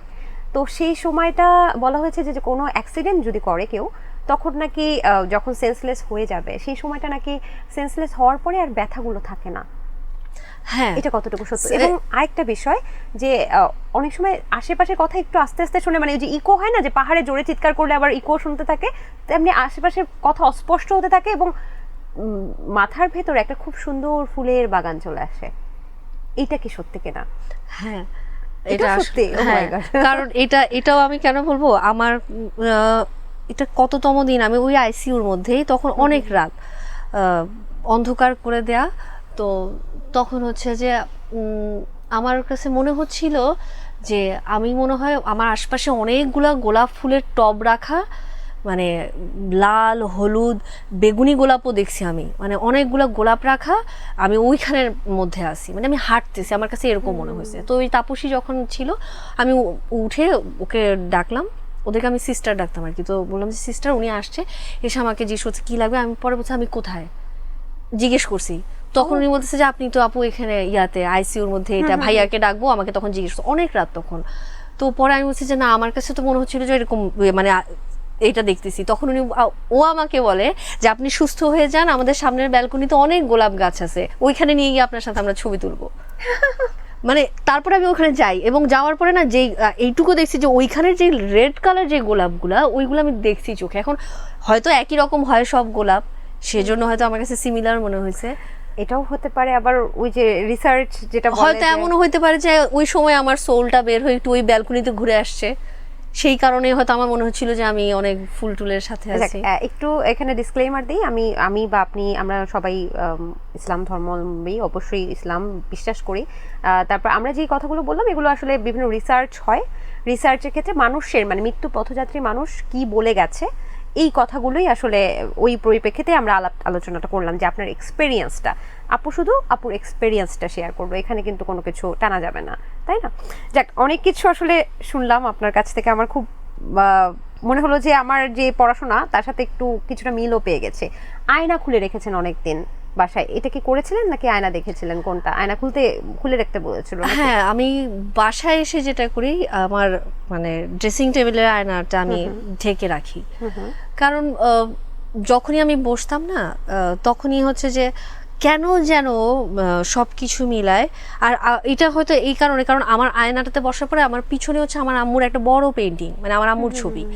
তো আমি যখন বসতাম আমার কাছে মনে হতো যে আমার আম্মু আমাকে এটা দেখতে চায় না। তো ওই সব কিছু মিলায়, এবং আমার কাছে আবার এটা মনে হতো যে আমি এইটা তো তখন ট্রমাতেও ছিলাম, যে আমি এটাও ভাবতাম আমার তো একদম চুল ফেলে দিতে হয়েছে, কারণ চুল তো আমার বার্ন হয়ে যায়, চুল ফেলে দিছে। তো সব কিছু মিলে নিজেকেও নিজে দেখে যতই নিজেকে নিজে আমি মোটিভেট করি না কেন, কোথাও না কোথাও একটা হীনমন্যতাও আমার কাজ করতো, যে আমার দিন শেষে আমি বের হব, মানুষ আমাকে কি বলবে, কিভাবে ইয়া করবে। ওইটা আস্তে আস্তেও আমি ওই যে ট্রমার ওখানে মানে আমার ডাক্তারদের সাথে কনসার্ন করে ওই সেশনগুলা নিয়ে তারপর ধীরে ধীরে রিকভার করে আজকে এখন কথা বলতে পারছি। দারুণ। একটা বিষয় আপনার থেকে জানতে চাই, একদম শেষ মুহূর্তে আমরা ছোট করে জানবো, চামড়া দান এটা নাকি হয়? মানে যারা আগুনে দগ্ধ হয় তাদেরকে চামড়া দান করা যায় মৃত মানুষের শরীর থেকে, এই ব্যাপারে কি একটু সতর্কতা জানাবেন কিনা? মানে এই জিনিসটা কি আসলে আমরা জানি না। এটা হচ্ছে যে আমি যদি বলি, আমার কাজিনেরই জামাই হাজবেন্ড, ওর পিঠের মধ্যে একটা ওই যে ফোড়া টাইপের কিছু হয় না, ওইটা হয়ে অনেক বড় ইনফেকশন হয়ে গেছিল। তখন ওর পিঠে এরকম কোনো হয়তো কারো চামড়া দেয়া হয়েছে, কিন্তু কার চামড়া এটা ওকে বলে নাই। পরে যেটা হয় ওইটা হচ্ছে ওর ফুলে যায়, অ্যাডজাস্ট করে না। আচ্ছা আচ্ছা। কারণ তোমার চামড়ার কোষ বা যেই টিস্যুগুলো অ্যাডজাস্ট হবে কিনা সবার শরীরে, এটা কিন্তু কেউ জানে না। তো আমি এই ক্ষেত্রে সচেতনতার জায়গা থেকে বলবো যে হ্যাঁ, প্রয়োজন যদি হয় কারো, একদমই না পারছে, সেই ক্ষেত্রে তার সে ইউজ করুক, কিন্তু সেটা বুঝে শুনে জেনে। একদমই তাই। আপনার যে দুর্ঘটনাটা ঘটেছে, ওয়াশরুমের সতর্কতা, এই ব্যাপারে কোনো নিশ্চয়ই অনেক কিছু পড়াশোনা করেছেন এখন বা অনেক কিছু জানেন যেহেতু এই অভিজ্ঞতার মধ্যে দিয়ে, কোনো কিছু আমাদেরকে সতর্ক করতে চান কিনা? আমি যেটা সতর্ক করব এখন, যে ওয়াশরুমে যাওয়ার পরে যদি কোনো ধরনের এই স্মেল, যেটা কিনা আমি পাওয়ার পরেও আমি বুঝি নাই, ওই ধরনের কোনো রং হোক বা গ্যাস টাইপের হোক, কারণ ওয়াশরুমে এমনিতেও একটা মিথেন গ্যাস হয়ে যায়, তো আমরা তো এটা অবশ্যই বুঝবো। তো ওই গ্যাস টাইপের কোনো কিছু যদি আমরা পাই, মানে আমি বলবো যে আগে লাইটটা না জ্বালাইতে, আগে দরজাটা খোলার জন্য যে গ্যাসটা বের হয়ে যাক, তারপরে লাইটটা জ্বালাই। এই জন্যই ওয়াশরুম এবং রান্নাঘরে কিন্তু অ্যাডজাস্ট ফ্যান দেওয়া হয়। হ্যাঁ, মৃত্যুর কাছ থেকে ফিরে আসার পর আপনার কোনো উপলব্ধি আছে বিশেষ, এক বাক্যে? জীবন বোধটা এখন আমার অনেকটা বেড়ে গেছে। মানে আগে জীবনটাকে হচ্ছে যে খুবই কি বলবো, নদীর ঢেউয়ের মতো আসা যাওয়া করছে, সাগরের ঢেউ, আপস ডাউনের একটা ব্যাপার স্যাপার, মানে ওইভাবে সিরিয়াসলি চিন্তা করতাম না। বাট এই আমার অ্যাক্সিডেন্টের পরে এখন মনে হয় যে জীবনটা এত সোজা না। মানে পৃথিবী একবার ঘুরে আসতেও যেই কষ্টটা, জীবনটাও সেম জিনিসটা। তো এই ঘূর্ণিপাক তো আমার এখনো শেষ হয়নি, সেজন্যই এখন আল্লাহ আমাকে বাঁচায় রাখছে। তো নিশ্চয়ই কোনো না কোনো আমার কিছু করা বাকি আছে, এইটা আমি এখন বিশ্বাস করি। আপনি বিশ্বাস করেন যে এটা দ্বিতীয় জীবন? সেক্ষেত্রে যদি আল্লাহ না করুক, যদি মারা যেতেন, কি কি আফসোস থেকে যেত পৃথিবীতে, করে যেতে পারতেন না যেটা এখন আপনি করার জন্য স্বপ্ন দেখছেন? তখন আসলে কোনো আফসোসই মনে হয়, কারণ তখন তো জীবনটাকে নিয়েই কোনো কিছু ভাবতাম না। মানে তখন হয়তো মারা গেলে আফসোসটা থাকতো না। আর যদি এমন হইতো যে হ্যাঁ, ওই আমাকে নিয়ে যে ধরনের কুৎসা রটানো হয়েছিল সেগুলো শোনার পরে যদি মারা যেতাম, হয়তো এই আফসোসটা নিয়ে আমি মরতাম, যে আমি আমার নিজেকে, মানে পরিষ্কার জিনিসটা আমি মানুষের সামনে দেখাতে পারিনি, যে আসলে ঘটনাটা কি ছিল, আসলে আমার ওর সাথে ওখানে কি ঘটছিল। কারণ সবাই মানে আর একটা যদি বিন্দু পায় সেটাকে যে কেউ জিরো করবেই, যেহেতু ওরা বিন্দু থেকে জিরো করেই ফেলছে, তো আমাকে তো এটাকে আবার ইরেজ করার জন্য হলেও আমাকে বাঁচতে হবে। আমি শুনেছি যারা একদম মৃত্যুর কাছাকাছি থেকে ফিরে আসে তাদের মৃত্যু ভয়টা চলে যায়, এটা কি সত্যি কিনা? একদম, আমার এখন কোনো ভয়ই নাই, কোনো ভয়ই নাই এখন। মানে আমার এখন মনে হয় যে মানে এটা জানি যে মরে যাওয়া এত সোজা না, কিন্তু মরে যাওয়া আবার এত কষ্টেরও না। মানে মরতে তো হবেই। হ্যাঁ, এটা তো হবেই, মানে এটা এত ব্যাপারটা অনেক ভয়ঙ্কর কিছু না মারা যাওয়া। দারুণ একটা আড্ডা আপনার সাথে দিলাম, এবং আমার মনে হয়েছিল আরো অনেকক্ষণ সময় যদি আমাকে দিত, আমি আরো অনেকক্ষণ অনেকক্ষণ গল্প করতে পারতাম, ভালো লাগছিল। যাই হোক, আমরা সর্বশেষ র্যাপিড ফায়ার একটা খেলবো, একটু হাসাহাসি করে বিদায় নেব। সবচেয়ে বাজে জিনিস যেটা আমি পারবোই না। আচ্ছা, কোন নায়ককে বিয়ে করার ইচ্ছে ছিল? না, এখনো নায়ক একটাকে আমি ভালোবাসি। কাকে? বুরাক ডেনিসকে, টার্কিশ হিরো। ওকে, আচ্ছা, কোন সিরিয়াল যেন করেছে? আমি এখন যেটা নতুন বেরিয়েছে, মারাশলি একটা নতুন বের হয়ে গেল। তো এখন কি রাহাত ভাইকে বাদ দিয়ে তারপরে? না, ওকে আমি বোঝাবো, আচ্ছা যদি কখনো বুরাক চলে আসে কি করবা তুমি? ও আমাকে বলছে তুমি যা করবা, তোমার সাথে সাথে তুমি বলবো যে আমার জামাইকেও রাখতে হবে তোমার সাথে। আচ্ছা, মিডিয়াতে কখনো সহজ বাংলায় যদি বলি হ্যারাসমেন্ট, যেটাকে বলা হয় সেক্সুয়াল হ্যারাসমেন্ট, সেটা কি হয়েছেন কিনা? না, কারণ আমি যদি সুযোগটা দিতাম তাহলে হতাম। মানে আমি এটা দেখছি যে এই মুহূর্তে আমি যদি আরেকটু বেশি স্টে করি তাহলে এই টাইপের কিছু হতে পারে, তখন আই শুড লিভ। আমি অনেকটা বলবো যে চিন্তা ভাবনা করেই এই মিডিয়ার মধ্যে এখনো পর্যন্ত কাজ করে গেছি। কিন্তু অফার তো এরকম দেয়া হয়। হ্যাঁ, ওইটা আসলে আমার মনে হয় কি, যারা দেয় তারা আসলে বুঝে শুনে দেয় না। আমার কাছে এটা মনে হয়েছে যে তারা মনে করে যে আচ্ছা বললাম, বলে দিলাম আর কি, এটা মনে করে তারা বলে দেয়। কিন্তু যাকে বলে দিচ্ছে তার কাছ থেকে কি জুতাটা খাবে সেটা তারা কখনো ভাবে না। মারছেন কখনো? মানে মুখের জুতা তো আমি অনেক মারি দিই। মিডিয়ার কোন নায়িকা আপনার, আপনি তো স্পষ্টবাদী, মিডিয়ার কোন নায়িকা আপনার কাজে ব্যাঘাত ঘটিয়েছে বা আপনার কাজটা সে নিয়ে নিয়েছে? না, এরকম এখনো হয়নি। চাটুকারিতা করে? না, এটা হয়নি কখনো, কারণ আমি তো অত বেশি কাজ করিই নাই। বা ধরো হয় না যে কোনো একটা এজেন্সি বেজ আমি কাজ করছি, ওই এজেন্সিতে আরেকজন এসে ঢুকে গেল, ওরকম তো আমার সাথে কখনো হয়। কোন জেলার ছেলেদেরকে দেখতে পারেন না? কোন জেলা আসলে বললে ভুল হবে, সব জেলাতেই ভালো খারাপ আছে। আচ্ছা, মেহজাবিন, তানজিন তিশা, ওনাদের কি আছে যেটা আপনার নাই? ওদের চামড়া ফর্সা, আমার নাই।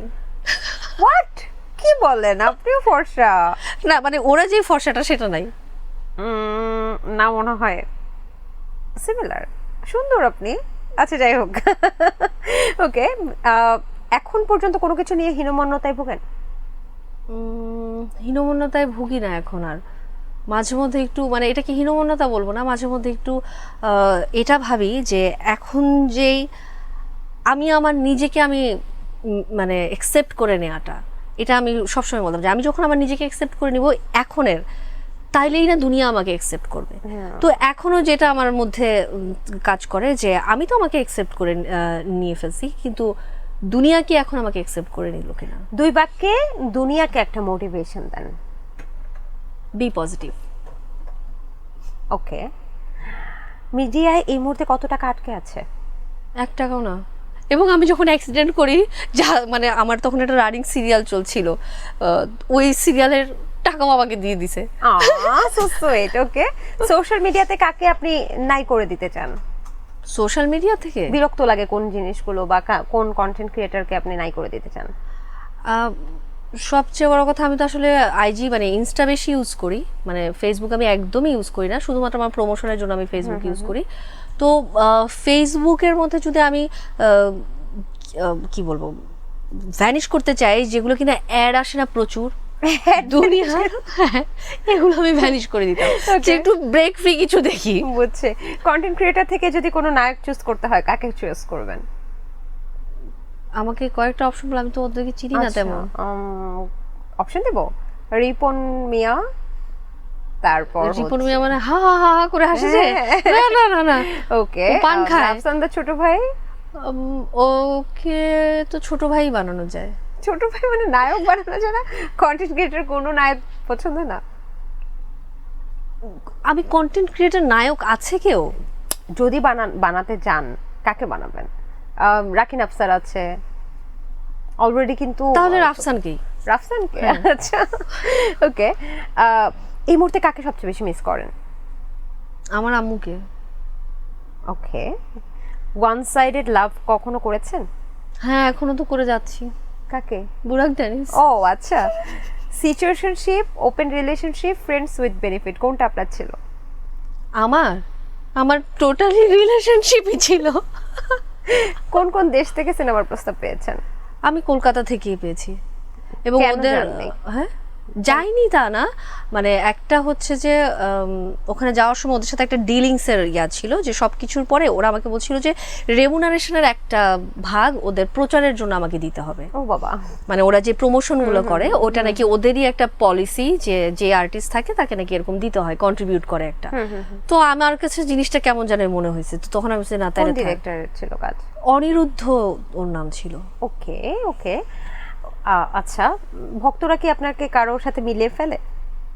হ্যাঁ, আমাকে ওই যে কলকাতার নুসরাতের সাথে মিলায়। নুসরত জাহান? হ্যাঁ। নুসরাতই তো, নুসরত বলে। এইরকমই কিছু হবে, ওর সাথে মিলায়, কিন্তু আমি জানি না। ওকে, আমার কাছেও তেমনটাই মনে হচ্ছিল। হোয়াটসঅ্যাপ যদি আপনার হ্যাক হয়, কি বেরিয়ে আসবে? হোয়াটসঅ্যাপ থেকে কিছুই বের হয়ে আসবে না, বের হয়ে আসবে মান্থলি কস্ট, তারপরে ডেইলি কস্ট, তারপরে কিছু documents. Monthly cost, daily cost, এগুলো কি? মানে এগুলো আমার ইয়ে আছে। আপনি হিসাব করে রাখেন? হ্যাঁ। আচ্ছা, এই মাসে কস্ট জানবো? এখন পর্যন্ত আমার 55, হ্যাঁ 55 হয়ে গেছে। হাজার? হ্যাঁ। এত লক্ষ্মী মেয়ে কোথায় পাওয়া যায়? আল্লাহ, সব বলে হিসাব করে রাখে। মেয়েরা সাধারণত মানে আমার মতো হুড়ন চন্ডী হয়। না, আমি খুব হিসাব করে চলি। সো সুইট না? আচ্ছা, আপনার কি গোপন প্রতিভা? গোপন প্রতিভা যদি বলি, সেটা হচ্ছে আমি অনেক ভালো রান্না করতে পারি। ওকে, দুষ্টু বুদ্ধি দেন একটা। দুষ্টু বুদ্ধি বলবো হিটলারের একটা বুদ্ধি, যে তোমার সামনে যদি কেউ কখনো ভুল করে তুমি দেখো, তাকে ঠিক করে দিও না, সে ভুলটা করুক। দুষ্টু বুদ্ধি। সর্বশেষ মিথ্যা বলা, মিথ্যা আজকে কি বলছেন তাই বল? না, আমি না এই জিনিসটাই আমি পারি না। মিথ্যা বলেন নাই কখনো? না, আজকে মিথ্যা তো বলি না। হ্যাঁ, মিথ্যা যেগুলো বলি না হাসতে হাসতে বলি। ধরো কাকে বলছেন? আমার বোন টোন এদের সাথে বলি মিথ্যা কথা হাসতে হাসতে। ওকে। সর্বোচ্চ মিথ্যা থাকে আমার, যে আমি কোনো বেলার খাবার না খেয়ে বলি যে আমি খেয়ে ফেলছি।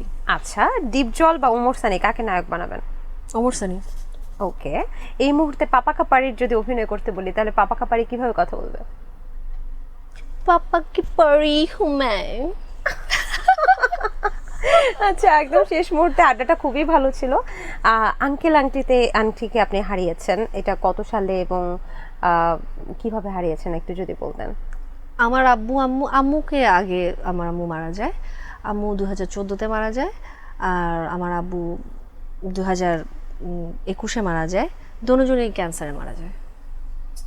আচ্ছা, কি ক্যান্সার আমরা কি জানতে পারি? আমার আম্মুর ছিল ইউটেরাস, আর আমার আব্বুর হয়েছিল liver. I am so sorry for you. ছোট্ট একটা স্মৃতি শুনবো, মাকে তো খুব ভালোবাসেন বুঝতে পারছি। হ্যাঁ,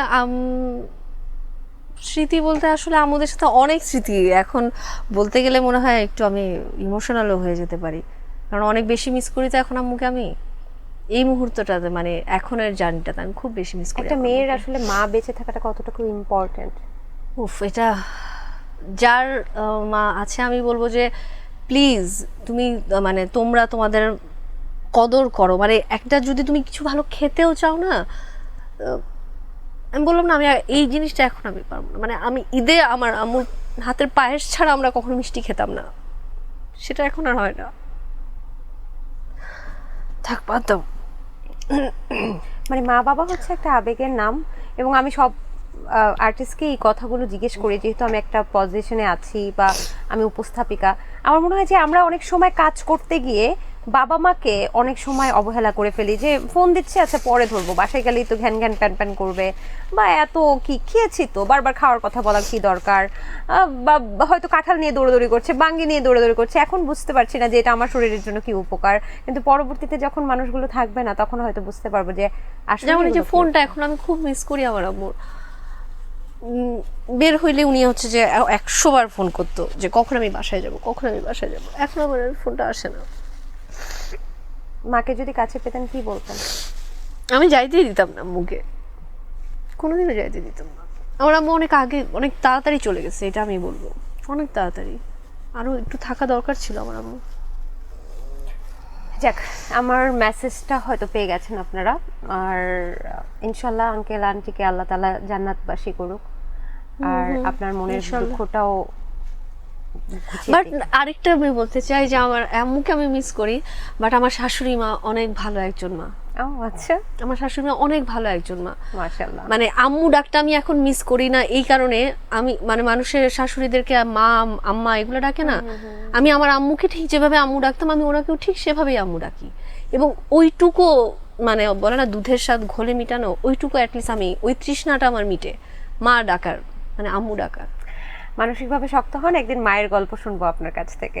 আপনাকে অসংখ্য ধন্যবাদ আমাদের এখানে আসার জন্য, আপনি অনেক ভালো থাকবেন। তুমিও ভালো থাকবে, এবং থ্যাংক ইউ জাগো এফএমকে আমাকে আমন্ত্রণ জানানোর জন্য এবং আড্ডা দেওয়ার জন্য। লাস্টের দিকে আমাকে একটু কাঁদাই দিলা তুমি, এত হাসি হাসি যেটা মানুষকে একটা মেসেজ দেওয়ার জন্য অবশ্যই। আচ্ছা, আবার কাতরতো দিয়ে দেবো না, হ্যাঁ? সেটাই। দর্শক, এই ছিল আমাদের আজকের আয়োজন। আশা করছি পুরো আয়োজন ভালো লেগেছে। এই পুরো ভিডিওটা আপনারা পাবেন জাগো এফএম 94.4 এর অফিসিয়াল ইউটিউব চ্যানেলে, এবং এটা রিলস তো অবশ্যই ফেসবুক পেজেও পাবেন জাগো এফএম এর। সবাই ভালো থাকবেন, সুস্থ থাকবেন।